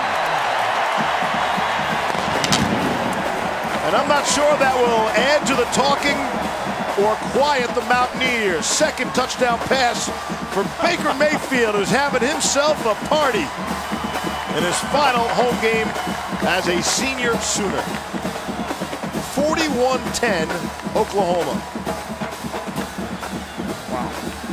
Maybe that needs to be Baker Mayfield's new celebration after a touchdown. Get away from everybody on the field, run over to your sideline, and then do some kind of celebration. I think it'll be interesting. We started talking about, when is he going to come into the game? I think in the second half it'll be interesting to see when Lincoln Riley pulls him from the game, especially in a chippy affair. Yep. He's put up some gaudy numbers to this point. Yeah, and lost in all that is what a great throw this was. You got to throw it right behind the linebacker, David Long. We saw this earlier in the game.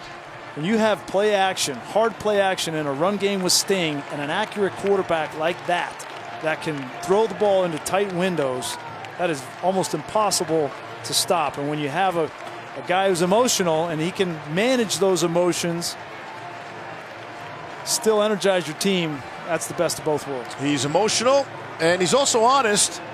He had this to say this week. Asked about the opponents, and if I were on another team, I would hate me too.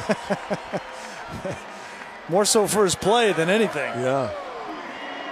I do not like that guy. And his coaching staff, look, you expect the coaching staff to say nice things about their own player, but they go overboard. We don't know the kid like that. And we see the incidents, we have seen the apologies, and yet all we hear from the other side is what a great kid. A kid who goes out of his way, gives people extra time in the facility and out of the facility. Great with the kids. Kids are around the program, and he spends extra special time with them. When he goes up to visit kids, doesn't need a camera to go with them, and that's what you want to hear about him. And his teammates swear by him. 13 more seconds to play out in this first half. But all that being said, right, he's out of I'm sorries. Yes. Right. Nobody wants to hear any more I'm sorries from Baker Mayfield. Right. Like, regardless. Yes, there's 3 of them this year. 1 off the field related and 2 on the field. Punching the flag at Ohio State. That doesn't bother me as much as what happened a week ago. But Baker Mayfield, you're done with the I'm sorries. Just let your play speak for you.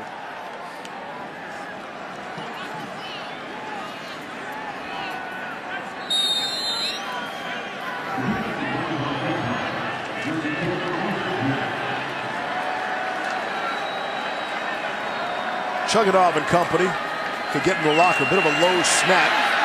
He'll throw it on the run, and he'll complete. Little trickeration, a pitch. And that ball, let's see. Oklahoma says they've got it. And they do. Another turnover, this with 4 seconds left.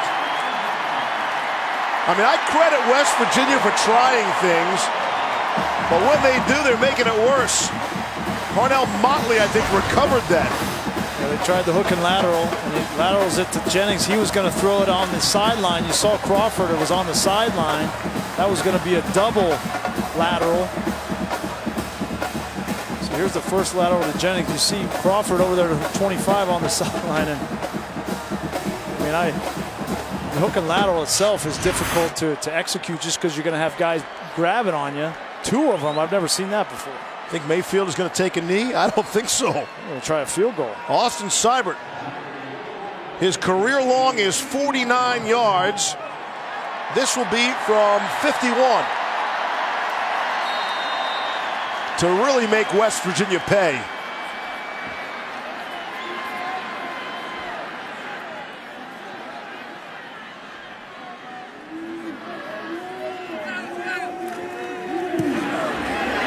On the way, and it is good. Austin Seibert, a new career long, the most accurate field goal kicker of the Big 12, hits from 51. Hard to imagine this first half going any better for Baker Mayfield and Oklahoma. 45-10, the Sooners lead West Virginia. We'll hear from Coach Lincoln Riley with Todd in a moment. But first, to the studio, Adnan Virk and the halftime report.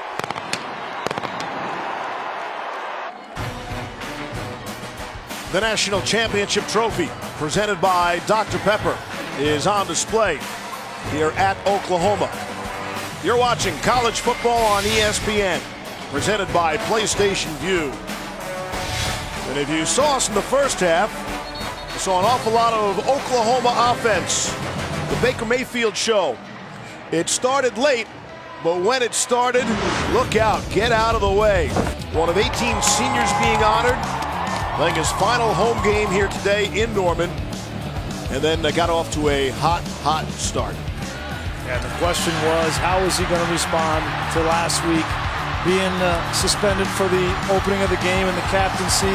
Would he come out and play with a little more calm, a little more cool, a little more class? That was the question, and he's answered that in droves.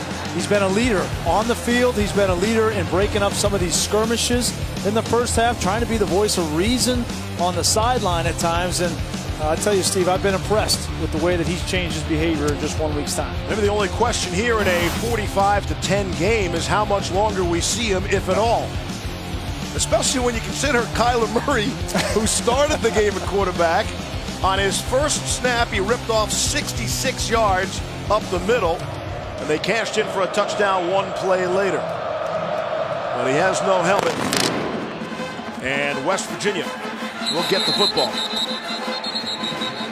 And they will start out at the own 25-yard line.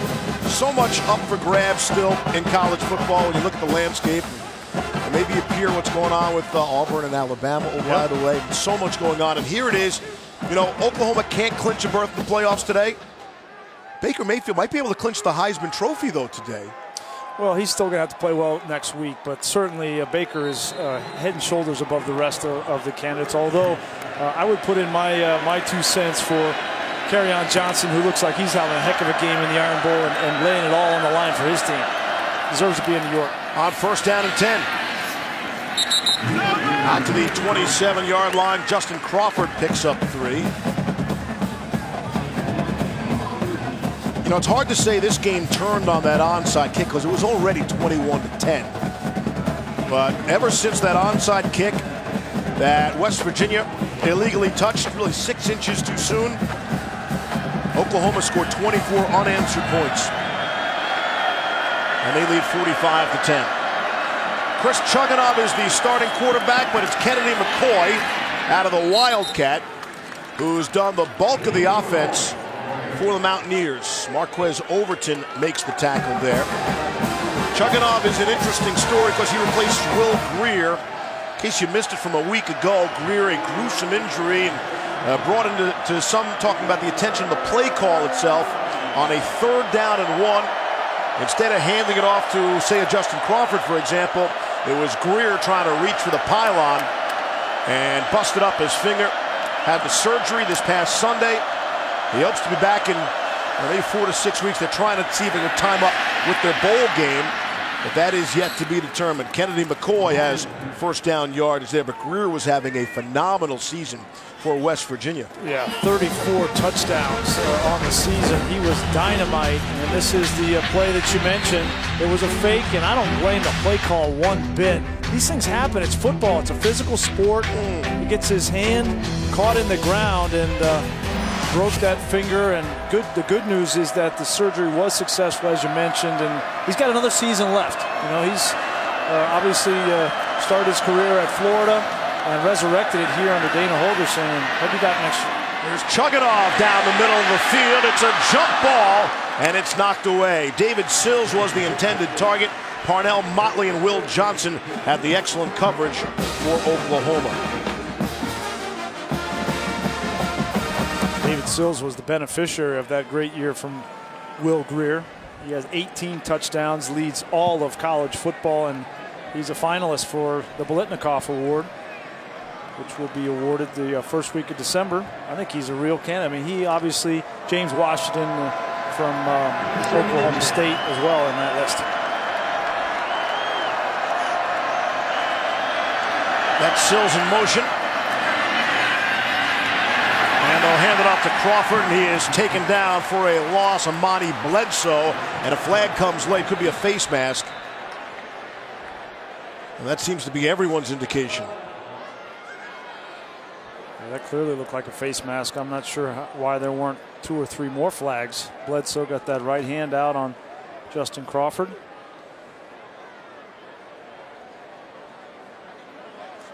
If I'm Brad Van Vark, I'm gonna call this game really tight in the second half. I'm not going to allow any shenanigans, any after the whistle, pushing and shoving. You got to take control. Personal foul, face mask on the defense, 15 yards at the end of the run, first down. It was a first half that got out of control, seemingly for a while there in the second quarter. After every whistle, flags were flying and players were coming together. We did see one ejection. And if I were the referee at halftime, I would have gone into both coaches' locker rooms and I would have had a conversation with each head coach about the way that this game had gone in the first half and the way that I wanted it to go in the second half, and that I was planning on calling it tighter in the second half. And Lincoln Riley should listen, because anything that happens to Oklahoma in the second half could influence the first half of the Big 12 championship game next week against TCU. Yes, that is all locked up, all decided. Great to have the Big 12 championship back. And I like the way they do it, too. It's not a division side, you know, east, west, north, south. Give me the 2 best teams in the championship game. Here's Crawford. And he'll stay on his feet. Justin Crawford will knife through for a few more down to the 29. That's what Crawford does so well, is his vision. He really reads his blocks, but also reads the defense. And Oklahoma, sometimes when they get in trouble, their linebackers and safeties can bite on it and go in one direction and get sucked into that direction. And if you have a good back with vision and a sense for the cutback lane, like Crawford, you're able to exploit it. 19 yards on that play. Crawford's over 1,000 rushing for the season now. Well, Chugunov and McCoy are back there in the backfield, next to each other. Be interesting to see who gets the snap. It's Chugunov this time. And he'll throw one down. And underthrew Gary Jennings. A flag flies late. Stephen Parker on the coverage. He's going to get whistled for pass interference. This is the biggest difference between a Will Greer and a Chris Chugunov. Greer makes this throw. Jennings clearly had the defender beat, and a ball thrown in the back of the end zone would have been a touchdown. Defense number 10, 15 yards from the previous spot, automatic first down. Chugunov's ball is probably 6 or 7 yards short. Now you get the pass interference, but that should have been a touchdown.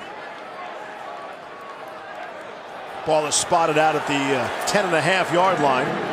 Rather bigger ball than 15.5. And as Oklahoma goes forward, that's going to be the area where teams are going to attack them in the secondary. They've got a lot of young players, 2 true freshmen playing a lot of snaps. They've gotten better, but they're going to be challenged as this season goes on. It's McCoy, untouched into the end zone. Kennedy McCoy for the 15-yard touchdown.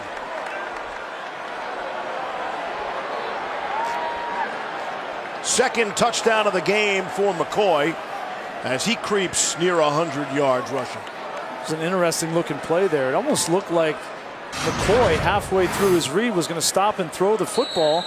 Watch him here. He pauses, he's looking downfield, and then he goes. I don't know if he was just waiting for the hole to develop or whether he was actually going to throw the ball down the field. Either way, the Red Seas parted and an easy touchdown. There is the extra point.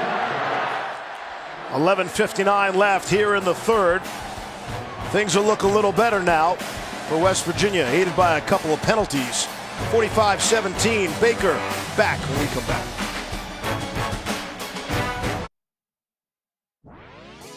It's a Phil Knight birthday bash. 4 teams, 2 championships, 1 time only. Celebrate PK 80 tomorrow. That time of year, finish up the great college football regular season and get into the meat of the college basketball season. We'll look forward to that on the ESPN family of networks. Following the West Virginia touchdown, we'll see how Oklahoma will answer. Bounce into the end zone. Well, touchback.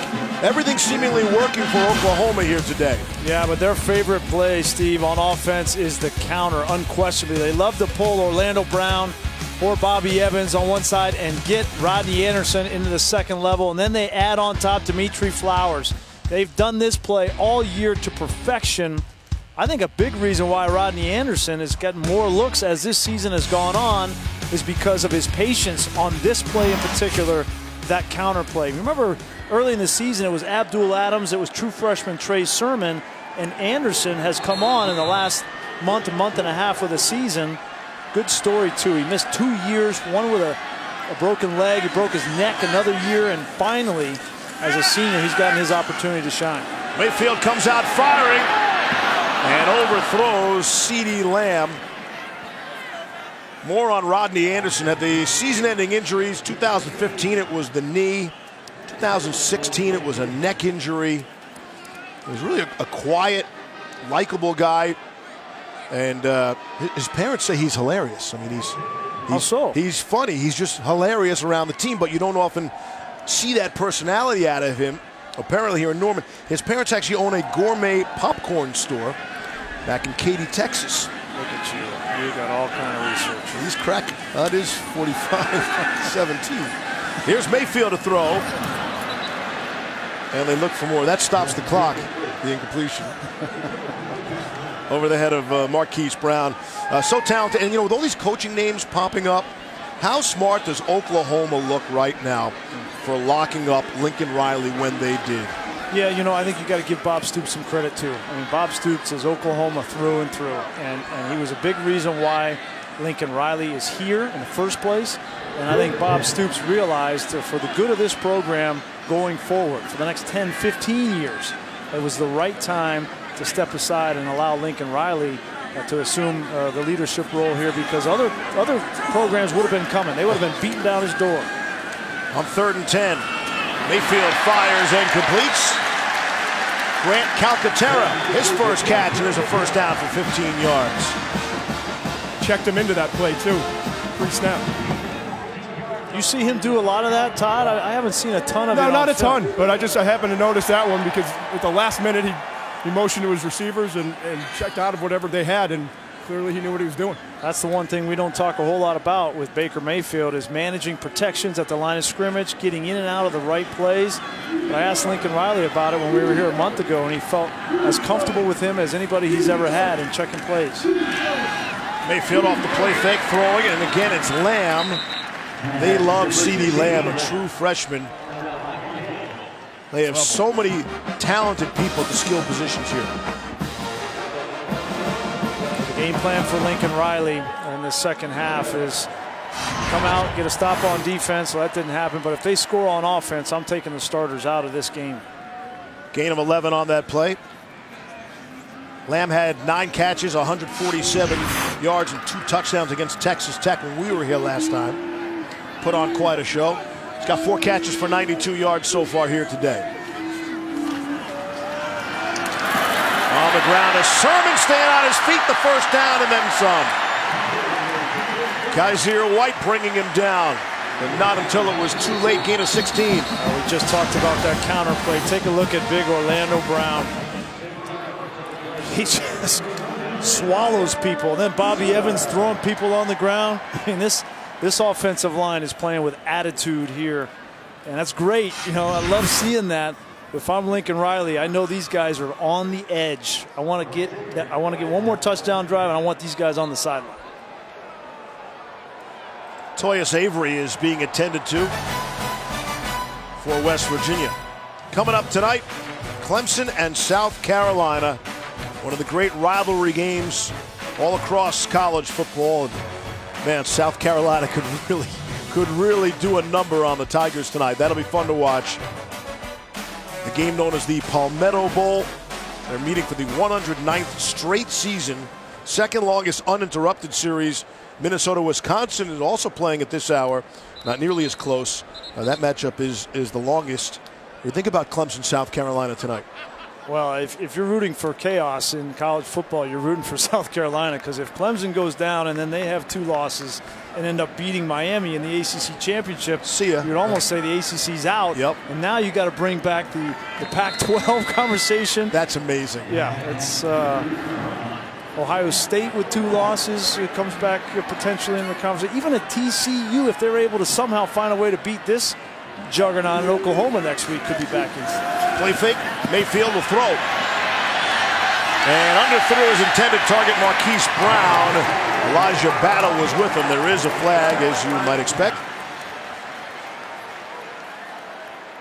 As you watch Oklahoma next week in the Big 12 championship. Pass interference, defense number 19.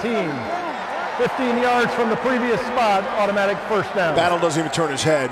And if they're able to get into the college football playoff, you need to watch number 5, Marquise Brown. If you don't get a jam on him at the line of scrimmage, he will make you pay in the secondary.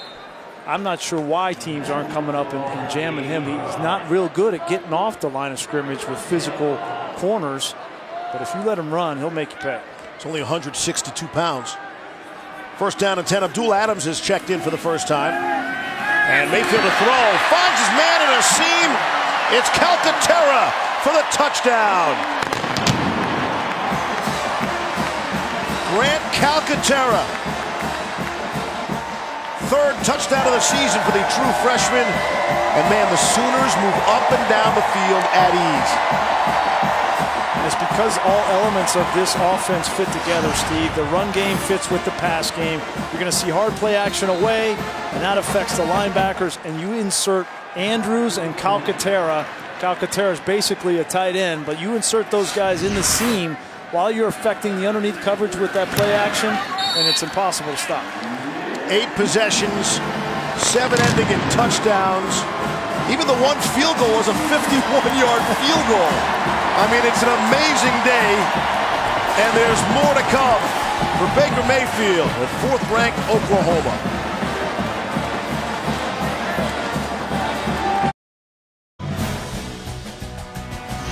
ESPN College Football, brought to you by Chevy, the only brand to earn J.D. Power Dependability Awards for cars, trucks, and SUVs 2 years in a row. And Jared, the Galleria of Jewelry. Among the seniors, DJ Ward. He's fast-forwarding into the real world. He just got engaged. The senior from Moore, Oklahoma, and I don't think you see the back of her jersey. I think it said girlfriend, right? Yeah. We got to update that. Somebody get her a fiancé jersey. Congratulations, DJ. Yes. Nicely done. You know, one of these days, someone's going to say no in that spot. One of these days, that's going to happen. Hopefully we don't have a microphone when that happens. Not that I wish that on anybody. That would make SportsCenter's not top 10 plays. You had one job.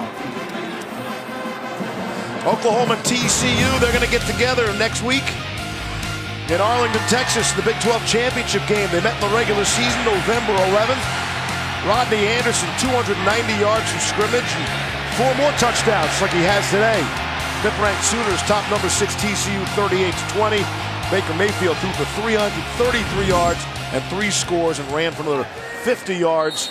And that will be a fun game to watch. It's one of the hardest things to do in sports is beat a team twice in 1 year, right? And so that's the challenge for Oklahoma. You know Gary Patterson, how good of a defensive coach he is, and that he'll have time to watch that film, grade it with his guys on defense, and come up with a plan for Oklahoma's offense and Baker Mayfield. I expect Kenny Hill to play a better game as well. He didn't play very well in the first time. I think one of the things is going to be to watch out for Anderson catching the ball. Did you see that catch he had against TCU?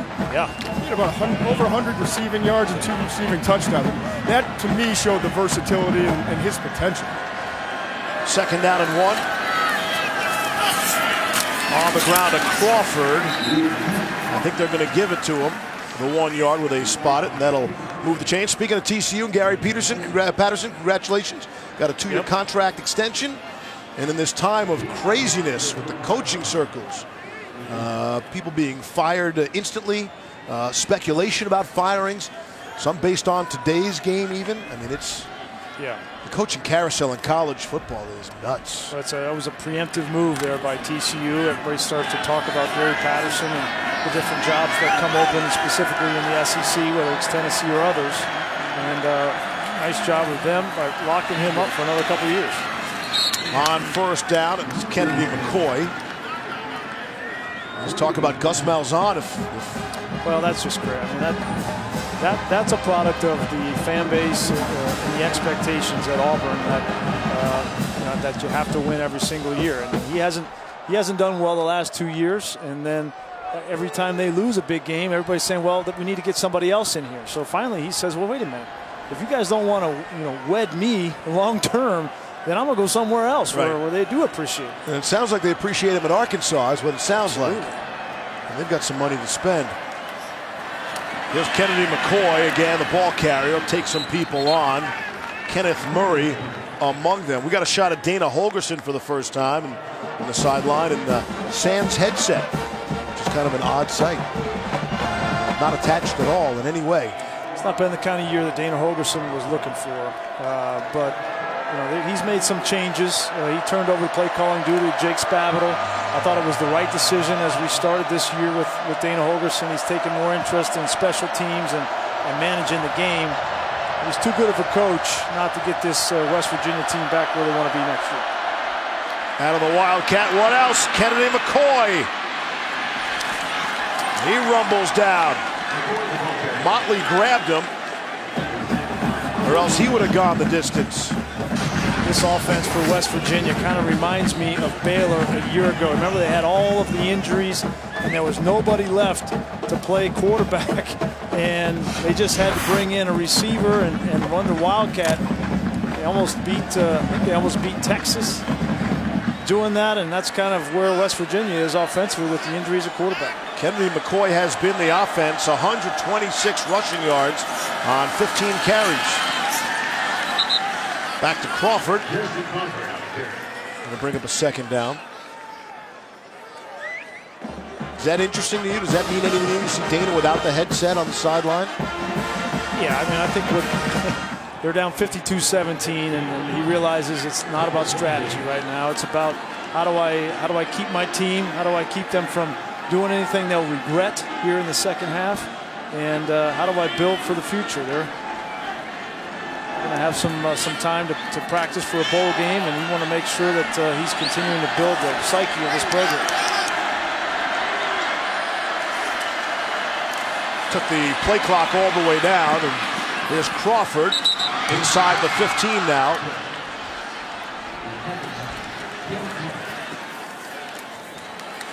Holgorsen was rather public this week, saying, hey, the offense is in a bad place, and I've got to fix it. And he's really tried to stay away and delegate, be more of a CEO this year. Interesting public comments, I thought, this week. Yeah, and I think it's been kind of a combination with Jake Spavital.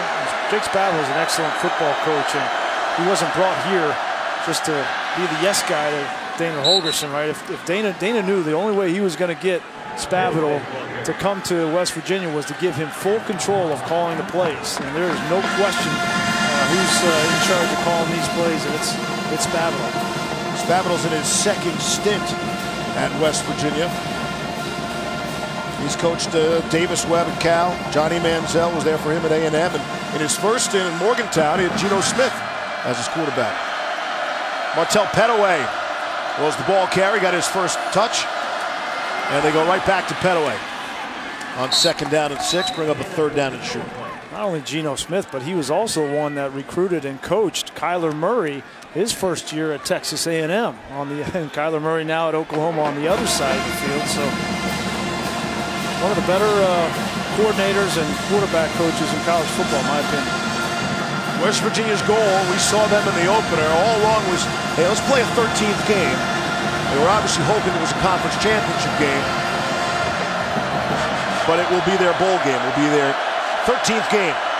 Here in trouble in game number 12 on the season. Here's McCoy out of that Wildcat. He's got the first down. He's down to the 4-yard line. Emmanuel Beal made the stop. Well, they're not going to win this game, but they might have found something with McCoy here in this Wildcat formation. You see 13 plays, 113 yards. It's been very effective.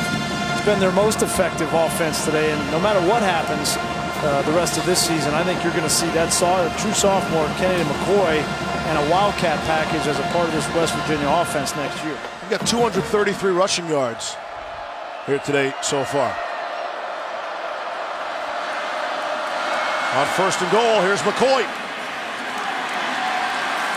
Back to the line of scrimmage. Again, it's Emmanuel Beal. You know, and some of those rushing numbers have to be taken with some perspective. Like you said, Justin Crawford a year ago had 331 rushing yards against Oklahoma, and the Sooners blew the Mountaineers out of the stadium in Morgantown. So some of this is just padding statistics in a 52-17 game with 4 minutes to play. There's the 12th play of the drive upcoming.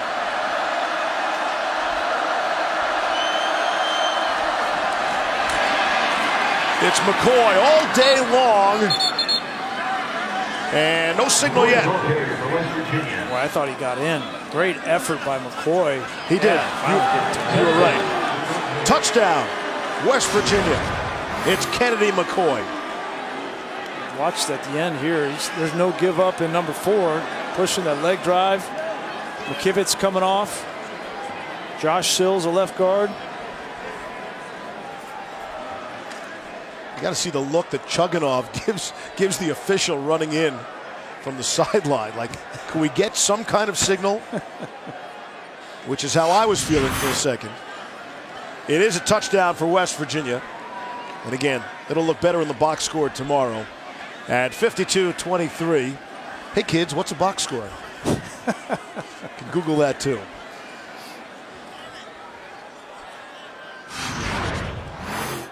Here's Chugunov, bottom of your screen. Okay, so there's touchdown. Ruling of the field of a touchdown Watch this, is like, under further review. Hey buddy. Little help? Little help? That's Frank LeBlanc. They're going to review to see if, in fact, it was a touchdown. These officials, by the way, we're having a good time at their expense. They have an impossible job at real speed. Very, very difficult. And they get it right almost every single time. Well, it's hard to, you know, sometimes you're this headlines when you're down here and you can't see through all these bodies. I mean, look at that. Look at, you got 3 defensive linemen in there, a leg, a foot, a thigh. Sounds like a turkey for a second. A leg, a thigh. What do you think? An arm, a chicken wing. Right, it's turkey. All right, raise your hand if you had a turkey sandwich at halftime of this game, America. I'm looking at you. Hundreds of thousands of people all raising their hand at one time.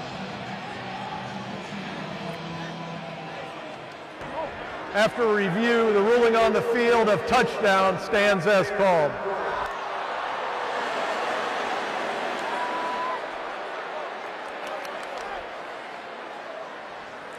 "12 plays, 75 yards, a drive that took 6:39 off the clock. They did not put the football in the air one time. Yeah, a lot of Wildcat. That's a drive that West Virginia, they'll look back at this game, and that's something they can build on, right? I know it's a little consolation, but Don't lose sight of the physical nature of this game. Their offensive line, Kennedy McCoy running tough. No quit. There's Staley on for the extra point. Boots it through.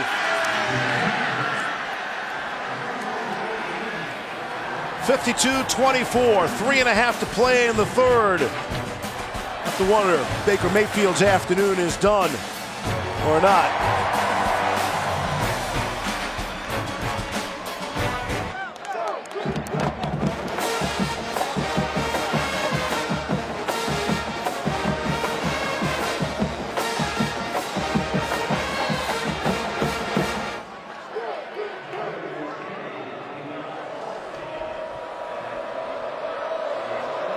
Adnan continues to navigate the college football landscape throughout the afternoon and into the early evening.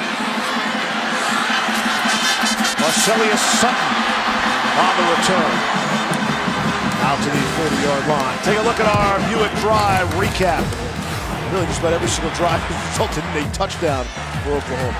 Yeah, started out the second play of the game after a Kyler Murray long run.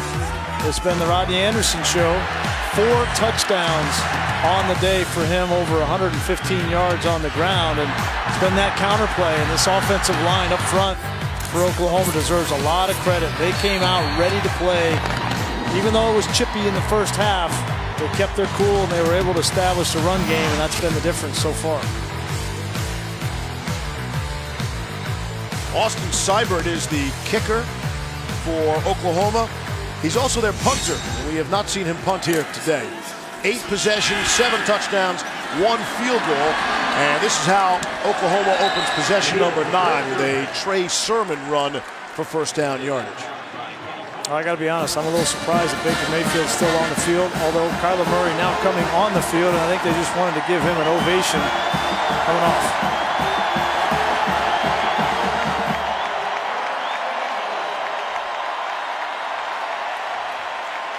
How about that from Lincoln Riley? You start the game with the tough love, the discipline that Baker Mayfield needed, and you end the game with the respect and giving him that curtain call the last time he's in front of this home crowd. That's well done by Lincoln Riley.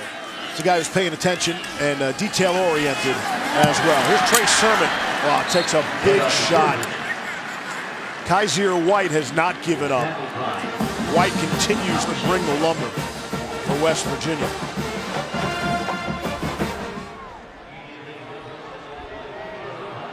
Last time this crowd at Oklahoma will see what I believe will go down as the most beloved player in Oklahoma history. And if he's able to navigate this college football playoff in the last part of this season and bring home a championship to Norman, he will be unquestionably the most beloved in Oklahoma history.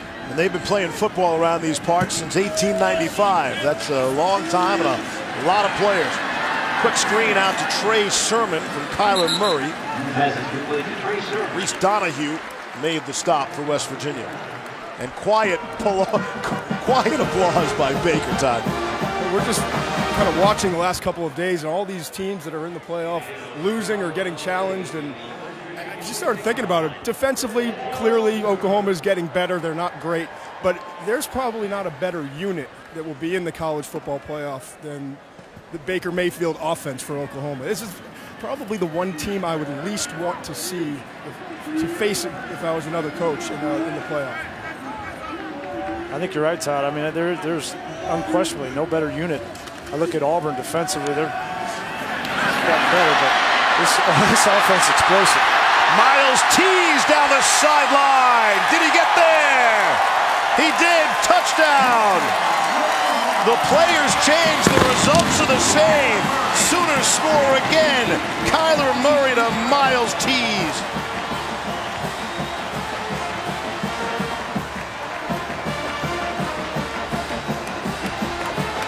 I don't think that this mop-up duty for Kyler Murray doesn't mean something. He came to Oklahoma much like Baker Mayfield came to Oklahoma after going one place and not working out. He knows this is the last game for Baker Mayfield. This is his show next year, and he wants to stake claim to this the keys of this Oklahoma offense, and by all accounts, be in good hands. 46-yard scoring strike, I'll say. The pass was a bit low.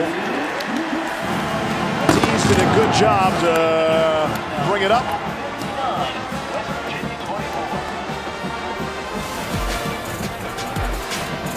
What a day for Oklahoma.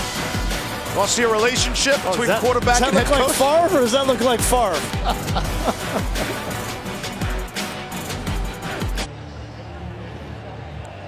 Testing 1 2 3. Testing. Is this thing on? Testing 1 2 3. I mean, they're gonna. Hey, they're having a good time now. They're gonna have a good time tonight here in Norman. He's like Shannon Sharp. Remember calling the National Guard because we are killing the Patriots? Yeah. And look, you can't say they're running up the score or rubbing it in. It's their backup players now. And it's 59-24. Here's Adnan Virk testing. Is this thing on, Adnan?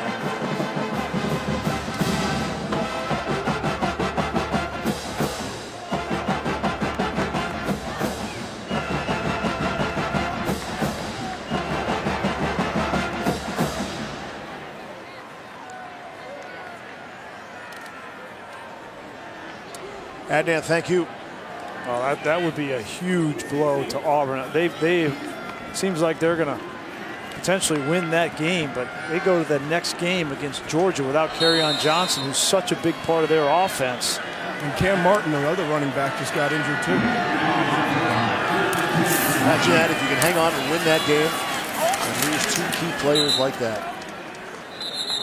Already playing without Cameron Petway too, right? That would be 3 of their top running backs. As you look at this top 10, obviously Miami goes down. Clemson's tonight, question mark on that. Oklahoma, I think Oklahoma should have been higher from the very start of this whole thing 2 weeks ago, ahead of Clemson and ahead of Miami. I think there's a potential for them to go up. Auburn should go up. Where does Alabama fall to if they do lose? And then Ohio State got by Michigan. So this thing's going to get dicey. A lot of movement. Capital One college football rankings. Really, it all goes back to October 7th, right here. A third-string quarterback in Iowa State came to town. It seems hard to believe, right? But these are college players and college kids. And every once in a while, you're going to not play up to expectations. Yeah. And that's what we love about the game, the lack of predictability. But that one loss, otherwise they might very well be the #1 team in the country. They've got it all clicking right now. As we hit the final, come up on the final half minute of quarter number 3.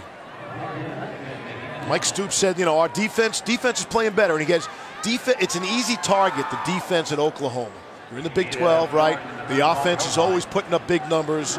So when people look to take shots at Oklahoma, it's an easy target to point to the defense, which, you know, he's, according to him, playing much better. I believe that. They gave up 20 points to TCU. TCU's a good offense. This is a good offense. I know it doesn't have Will Greer, but they played well tonight. I think the defense in the Big 12, they get a bad rap. I mean, there's some great quarterbacks in this conference.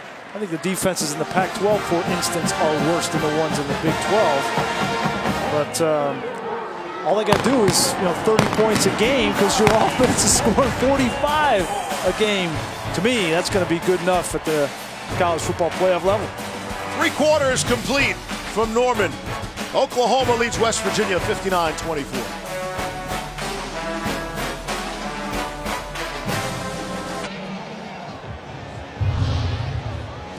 With producer Josh Hoffman and director Mike Schwab, Levy, Greasy, and McShay from Norman, Oklahoma. As we wish you all a happy Thanksgiving weekend. Enjoy those leftovers. We welcome you to quarter number 4 with Oklahoma out on top 59-24. And the Mountaineers trying to make it a little more respectable. Kennedy McCoy could not run underneath that one. In West Virginia for the third quarter, they ran 22 plays, 21 of them on the ground, and just 1 pass play. As you look at Chris Chugunov, who is replacing Will Greer, the star quarterback for the Mountaineers, who was injured last week and hopes to return for their bowl game. Well, that'll be very close. The timetable, the date of the bowl, that could be very close again. Greer hoping to throw in in the next week or two. Yeah, they had to insert a pin and a screw in his hand. Part of his finger on his throwing hand is that middle finger. And judging from the way I threw the ball, your middle finger is obviously the longest finger, and it's the last finger that leaves the ball. So it's very difficult to throw if you don't have great feeling in that. So that'll be a stretch for him, but maybe he can get back for that bowl game. See the 34 touchdowns, second most passing touchdowns in the country, and they do throw the ball. Grease, how many 1,000-yard receivers do you think there are in the entire SEC? In the whole conference, if you had to guess. This is fascinating. Here's Chugunov throwing for one of his many talented receivers like Karan White. There's actually one 1,000-yard receiver in the SEC. It's A.J. Brown of Ole Miss, but West Virginia has a chance, depending on that, to have 3 1,000-yard receivers. Yeah, they came in. One team, and the whole SEC has one as a conference. And when you consider Justin Crawford went over 1,000 yards rushing here today, the last team in the FBS to have 3 1,000-yard receivers and 1 1,000-yard running back, Tulsa in 2007. Was that the Aflac trivia question? No, that wasn't. I believe that's coming, courtesy of legendary statistician Martin J. Aronoff. Who were the only 2 head coaches to win a national championship in their first season. And a hint for my sidekicks in the booth, the 2 schools both have the same first 2 letters in their name. Our Aflac trivia question. Big help. Now we're sidekicks. Courtesy of Marty. I hope that hint helped you out a lot. I know I have one of them because I have direct knowledge. I watched you look at the answers today. No, I saw the answers this earlier, but I did know one of them. Go after him, McShay. I'll tell you why in a minute. Now we'll get you that answer shortly. 59-24, Oklahoma. And the Sooners look for some more with Kyler Murray at quarterback. So in 1998, we go to the Rose Bowl, and it was 50-year anniversary of the national championship team at Michigan of the 1948 Michigan team that went undefeated, and they told us the story of their first-year head coach, Benny Oosterbaan. Not familiar with Benny's work. Yeah, I didn't know. So I didn't know that was one of them, Marty. I don't know the other one. That's up to McShay. 2nd and 9.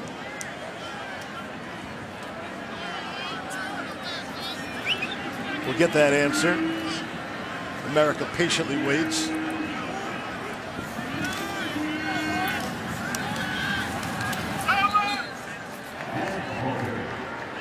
The Aflac trivia question.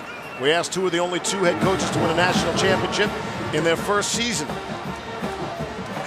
Don't make me a liar. No, you got the first one right. You got Benny, 1940 at Michigan, and Larry Coker, Miami, 2001. So, Marty, the clue was the first 2 letters of the school. Miami. M-I. Michigan. M-I, right. Okay, got it. That was quite help. I love that question. I love that. I thought it was going to be like Northwestern with N-W, not the first 2 letters, but. How about Marty, the improvement from week 1 to week 2 when he was a star in week 1? Voice inflection and everything. Well, thank you. And the quarterback will keep it, Kyler Murray. Marty, I love how you tie it to Lincoln Riley, right? The first-year head coach with a team that looks like, by all accounts, can compete for a national championship.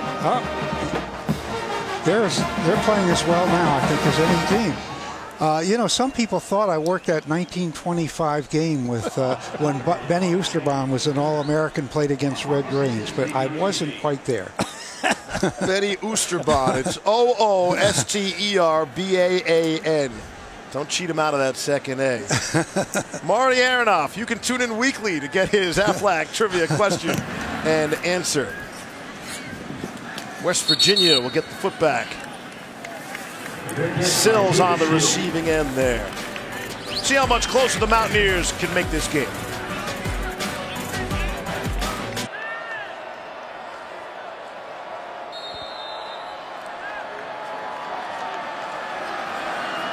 All right, Adnan, thank you. Following Oklahoma's first punt of the game. Kennedy McCoy is the ball carrier for West Virginia, and he's going the wrong way, and flags fly. Jordan Thomas came up to make the fine defensive play. They have not stopped playing defense for Oklahoma. How about that? With 12 minutes left in the fourth. Holding. Offense, number 55. That penalty's declined. Brings up second down. With 12 minutes left in the fourth quarter, that's the first time Oklahoma had to punt today. Yeah. It's been that kind of day. Like I said, I mean, Todd made a great point. I think Oklahoma's offense is probably the best unit in college football coming into this playoff run. And I would say that to potentially Auburn's defense might be a close second. It'd be a great matchup, those two going together. Loss of 7 on that last play. Flip it back to Chugunov. The quarterback to throw down the sideline for Sills. And they'll call it a catch.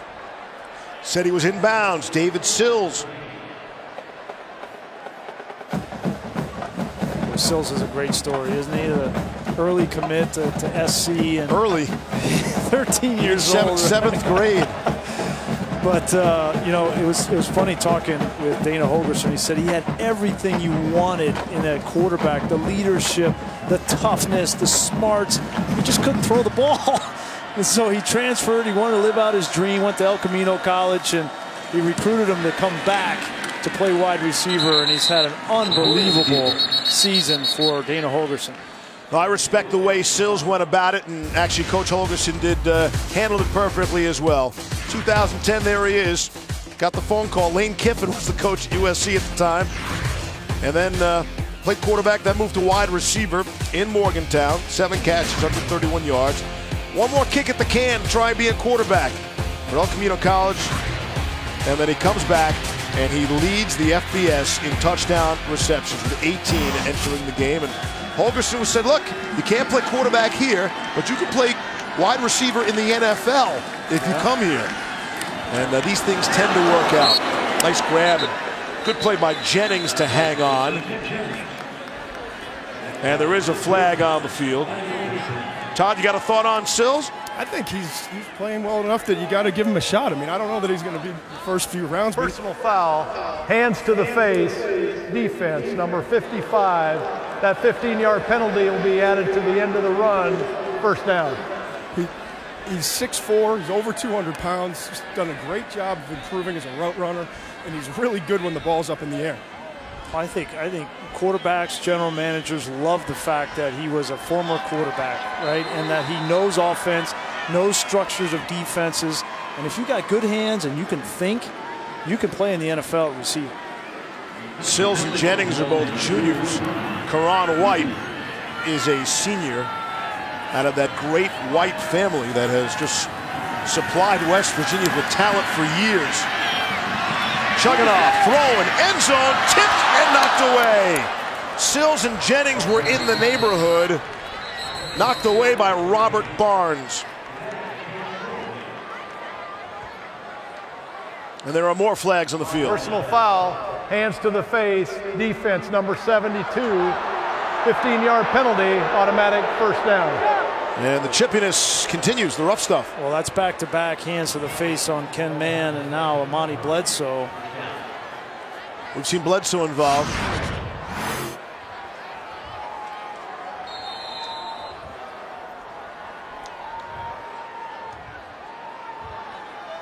Bledsoe locked up right here. There at the end, yeah. That's not dirty. That's just, you know, getting your hands high and no better than that. Martell Pettaway to the 10.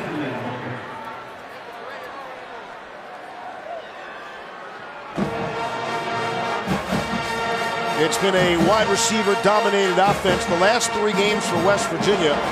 They've scored a total of 6 touchdowns, 3 each to Sills and 3 to White, and that's it. No touchdowns from a running back. They are so reliant on their quarterbacks and wide receivers. And that's been most of the offense in the 3 games prior to this one. They have 24 points on the scoreboard today. On the ground to Pettaway. And he'll be swung around and down to the 10-yard line. Tackle there by Addison Gums, a true freshman for Oklahoma. They're really excited about. He's not quite there physically yet, 6'2", 230 pounds, but they love the fact that he's kind of in the mold of Obu Okoronkwo. Kind of a similar size and speed and explosiveness off the edge. That's the future of Oklahoma's defense on the perimeter. Didn't play 7 weeks in a row, and then returned to action last week, picked up a tackle. Here's 3rd and 1. On the ground, Pettaway not going to get there. He is shoved back in a big way by John Michael Terry.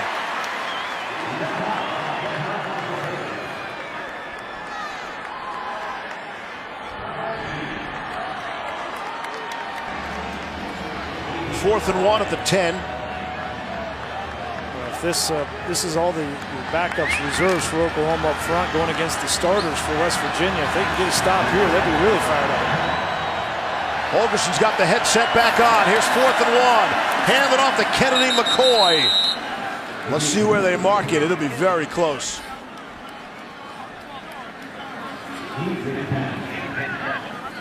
McCoy's been their best offensive weapon all afternoon. Let's see, they might need a measurement. Still no indication.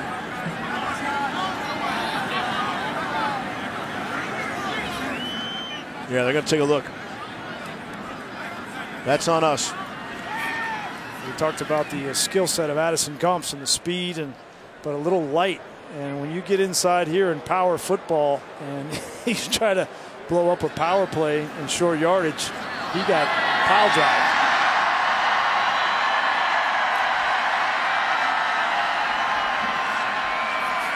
Got a broken stick there.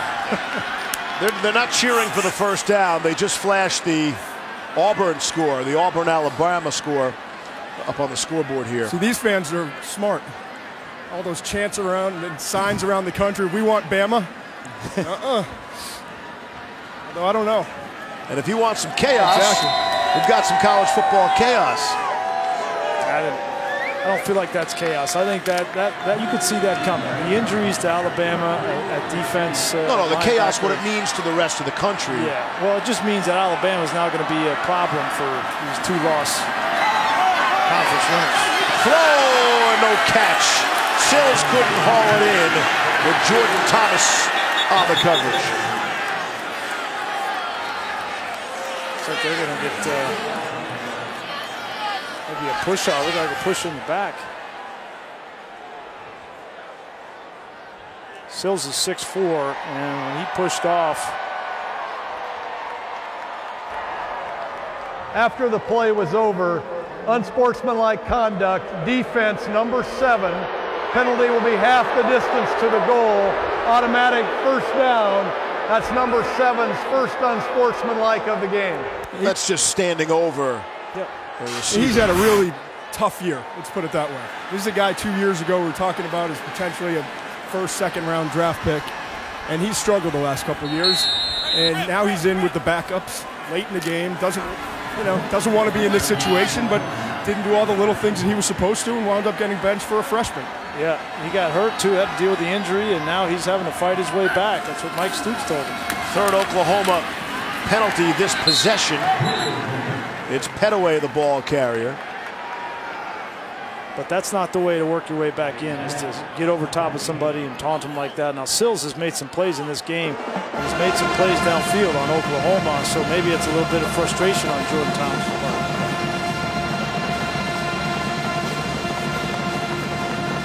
And all those penalties I mentioned on this possession, all personal fouls. Yeah, the 2 hands to the face. There's no holding penalties in the mix. And we get another flag. Let's see.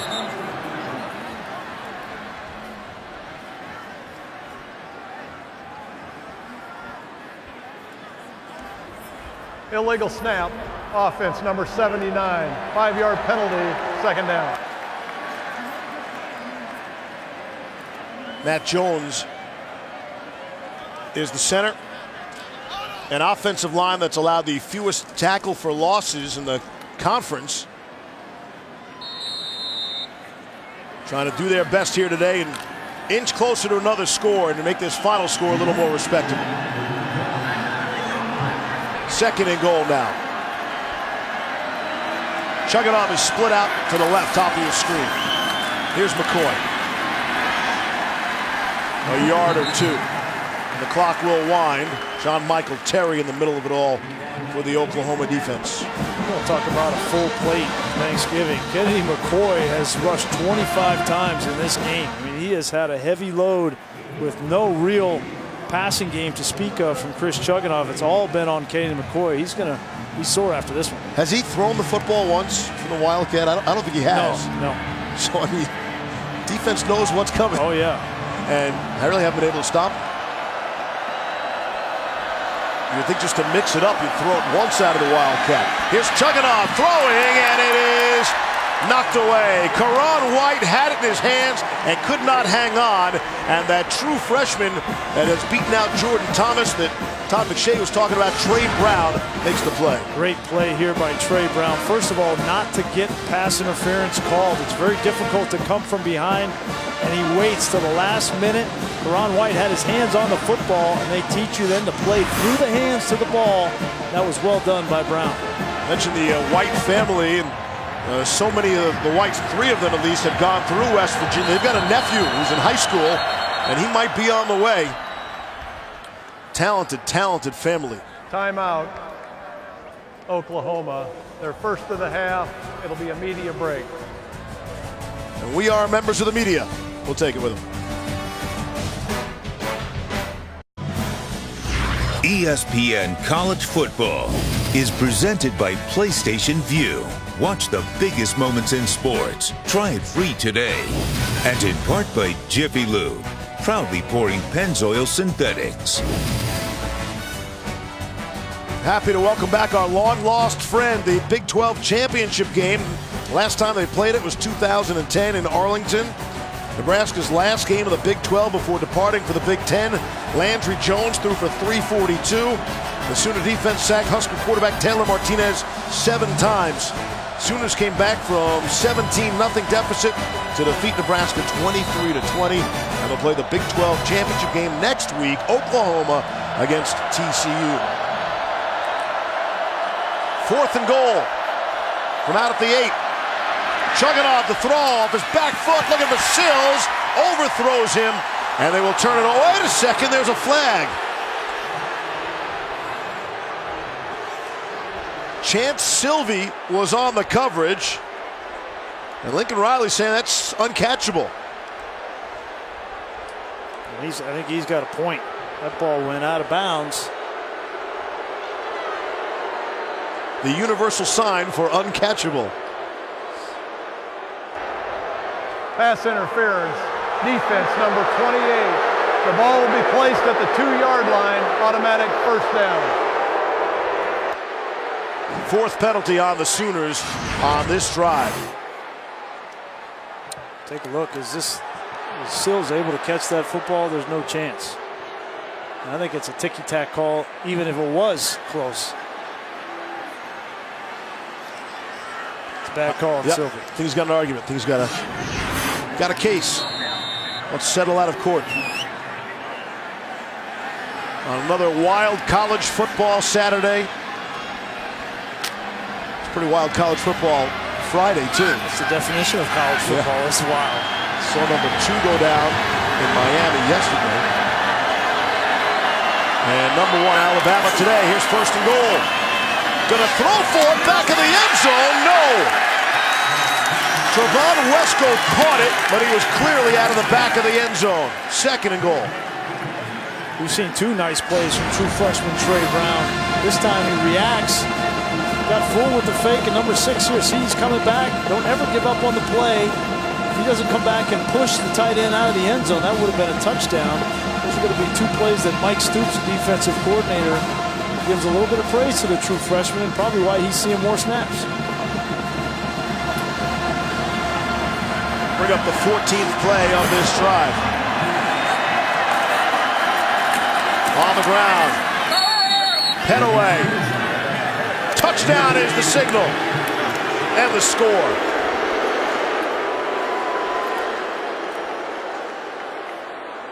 something for those that made the trip from Morgantown to cheer about.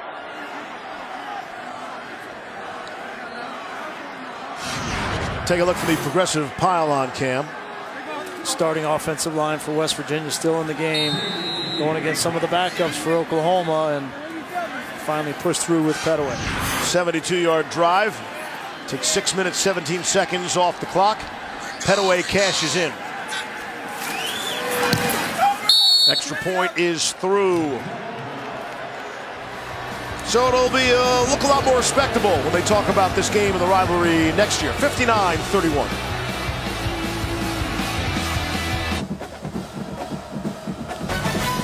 We have a 4-possession game here with just over 6 minutes left. I anticipate a closer affair tonight. Coming up right here on ESPN, 3rd-ranked Clemson and number 24 South Carolina. And then following the game, stick around for SportsCenter at night. All our experts will weigh in on the impact of the Iron Bowl and the college football playoff race. The latest on Kevin Sumlin's future. A whole lot of coaching news. Chip Kelly named the next head coach at UCLA. And did Baker Mayfield seal the Heisman? SportsCenter with Linda Cohn and Kenny Mayne. All streaming live on the ESPN app. Set for an update in this 4-score game. Here's Adnan Virk.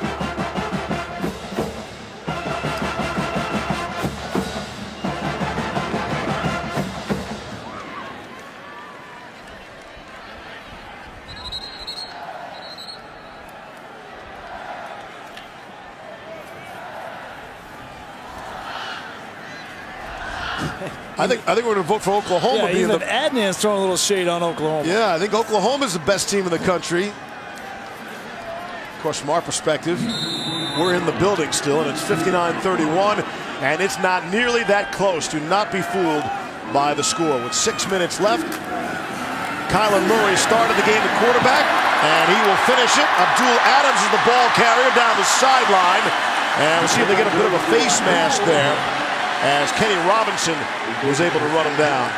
Big gain, though, on the play.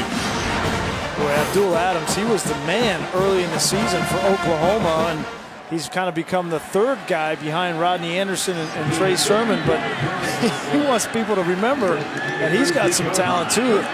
Talented, deep stable of tailbacks for Oklahoma, and almost amazed at the fact that they lose Samaje Perine and Joe Mixon, and they come back with this 3-headed monster. 39 yards on the carry for Abdul Adams.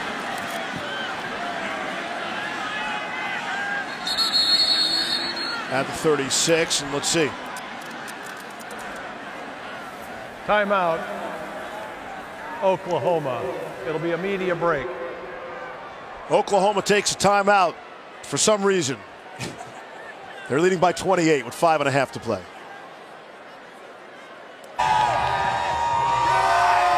Back in Norman. Baker Mayfield for Heisman. What do you think? Is that the Baker Mayfield Halloween costume? Right? Looks just like him. I think he's got a shot. I don't know. A shot. But it did seem like the gap was close. Right, middle of the season, so many more competitors. Oh yeah, it was Saquon Barkley. So tight. Bryce Love and all this talk. It really seems like there's a much bigger gap right now, with Baker Mayfield well ahead of the field. Yeah, I think Bryce Love has still got a shot. He deserves to be in New York. I think the guy that needs to be on this list is Kerryon Johnson. Lamar Jackson has sort of crept back into the race as well. Lamar Jackson has very similar numbers to what he had a year ago. So, of course, he should be on that list. And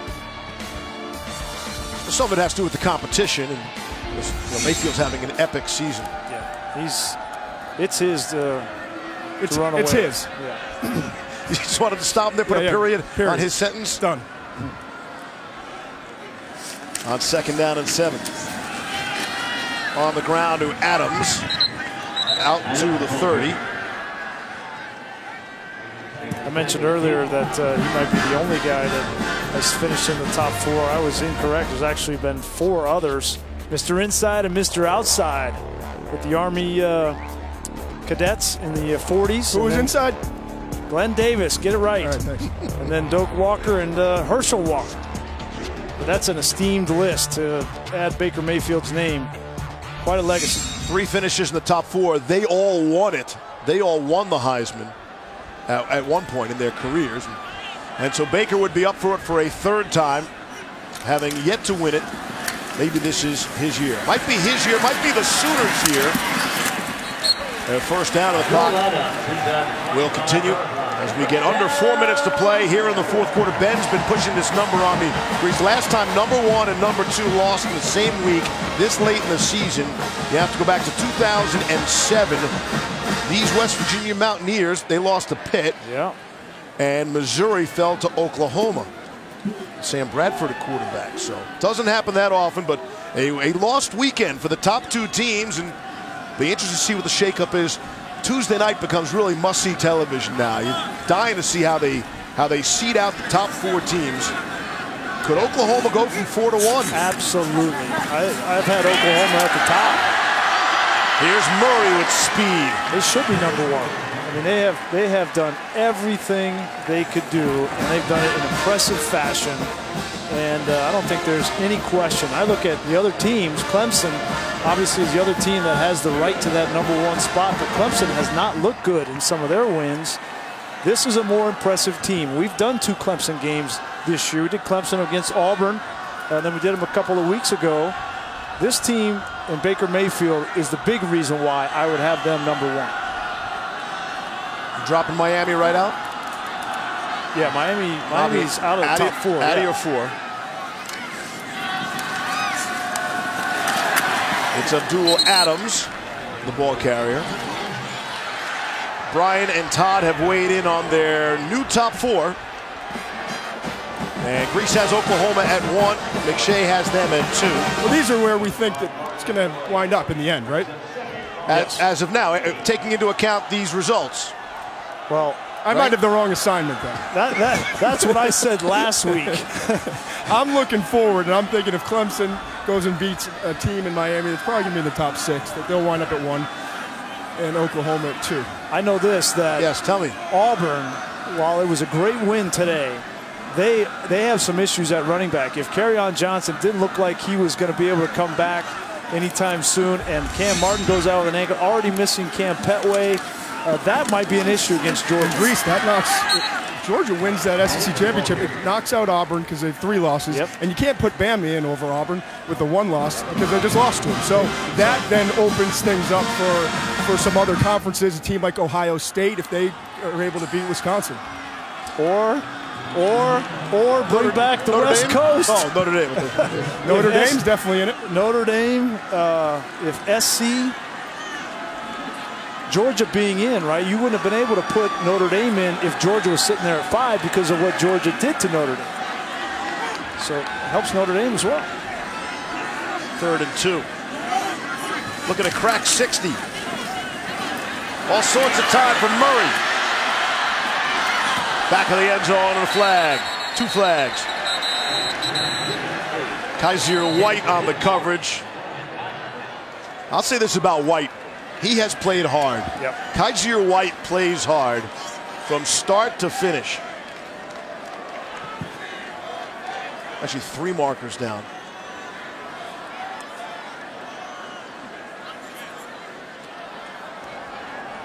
Holding defense, number 8. We also have ineligible downfield, number 55 of the offense. Those penalties offset. Will replay 3rd down. They did a fascinating exercise on game day today. They did blind resumes for all the guys. And one of the 2 losses, best strength of schedule, best strength of record, non-conference champion.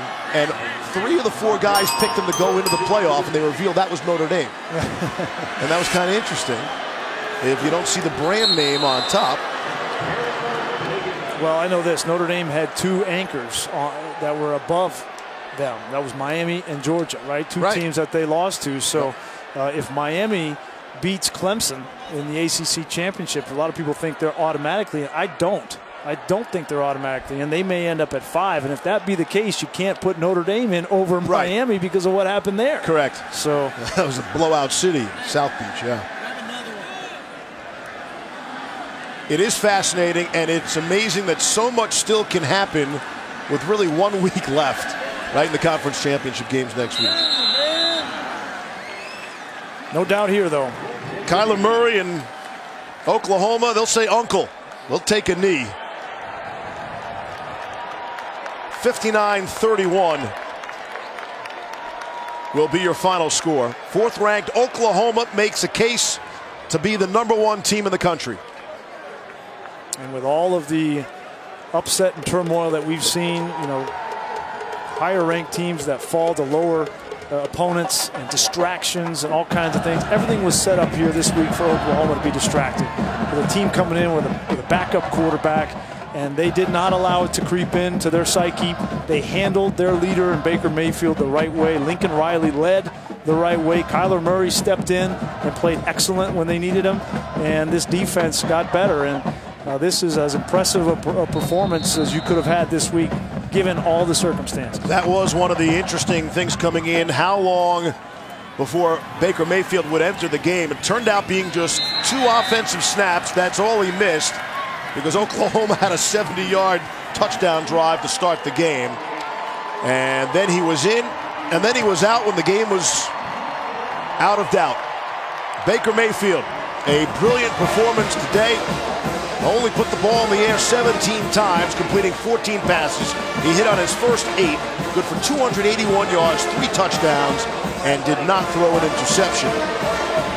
And the respect and the handshakes for Baker Mayfield that he was not able to receive at the start of the game for the coin flip by not being one of the captains for today's game.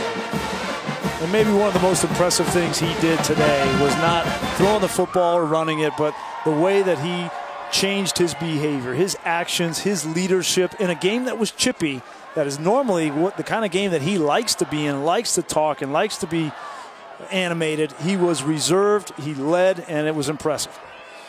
Speaking of the man, here he is with our Todd McShay. Baker, you went through so much this week, obviously. How good was it to just get on the field? Oh, unbelievable. It's one thing, to be on the outside looking in. I had the support of all these fans here and all my teammates and coaches. I mean, unbelievable. And they got me through the week, and then getting out here, like you said, it just helped. It was chippy early on, a lot of pushing and shoving. You were kind of in a different role of getting everyone to be the peacekeeper, if you will. You think this is part of maybe kind of learning from mistakes? It is, but also we knew exactly what was going to happen playing West Virginia. It's always chippy with them. I mean, you look at the past couple of years, there's been stuff before the game during warm-ups. And we knew that. It's just the fact that we had one case where we didn't, keep our cool and be the better person. But, yeah, for me, it's about learning and growing. And, I'm a 22-year-old kid, and if I learn along the way and people get to watch me grow, I'm fine with that. And moving forward, now you get the Big 12 championship. First time in years you go play in that game. What are your thoughts on playing TCU again? It's a great challenge. Obviously Coach Patterson always has them ready to go, and always playing somebody twice is hard. And, it being that, that close together, it'll be a good challenge for us, but that's what we wanted. Thanks, man. Good luck. Thank you. Oklahoma could not clinch anything today, but they certainly are much closer to that coveted college football playoff spot and a Heisman Trophy for Baker Mayfield. It's all Sooners on senior night. Oklahoma beats West Virginia to the tune of 59-31. That's it from Norman. Back to the studio in Adnan.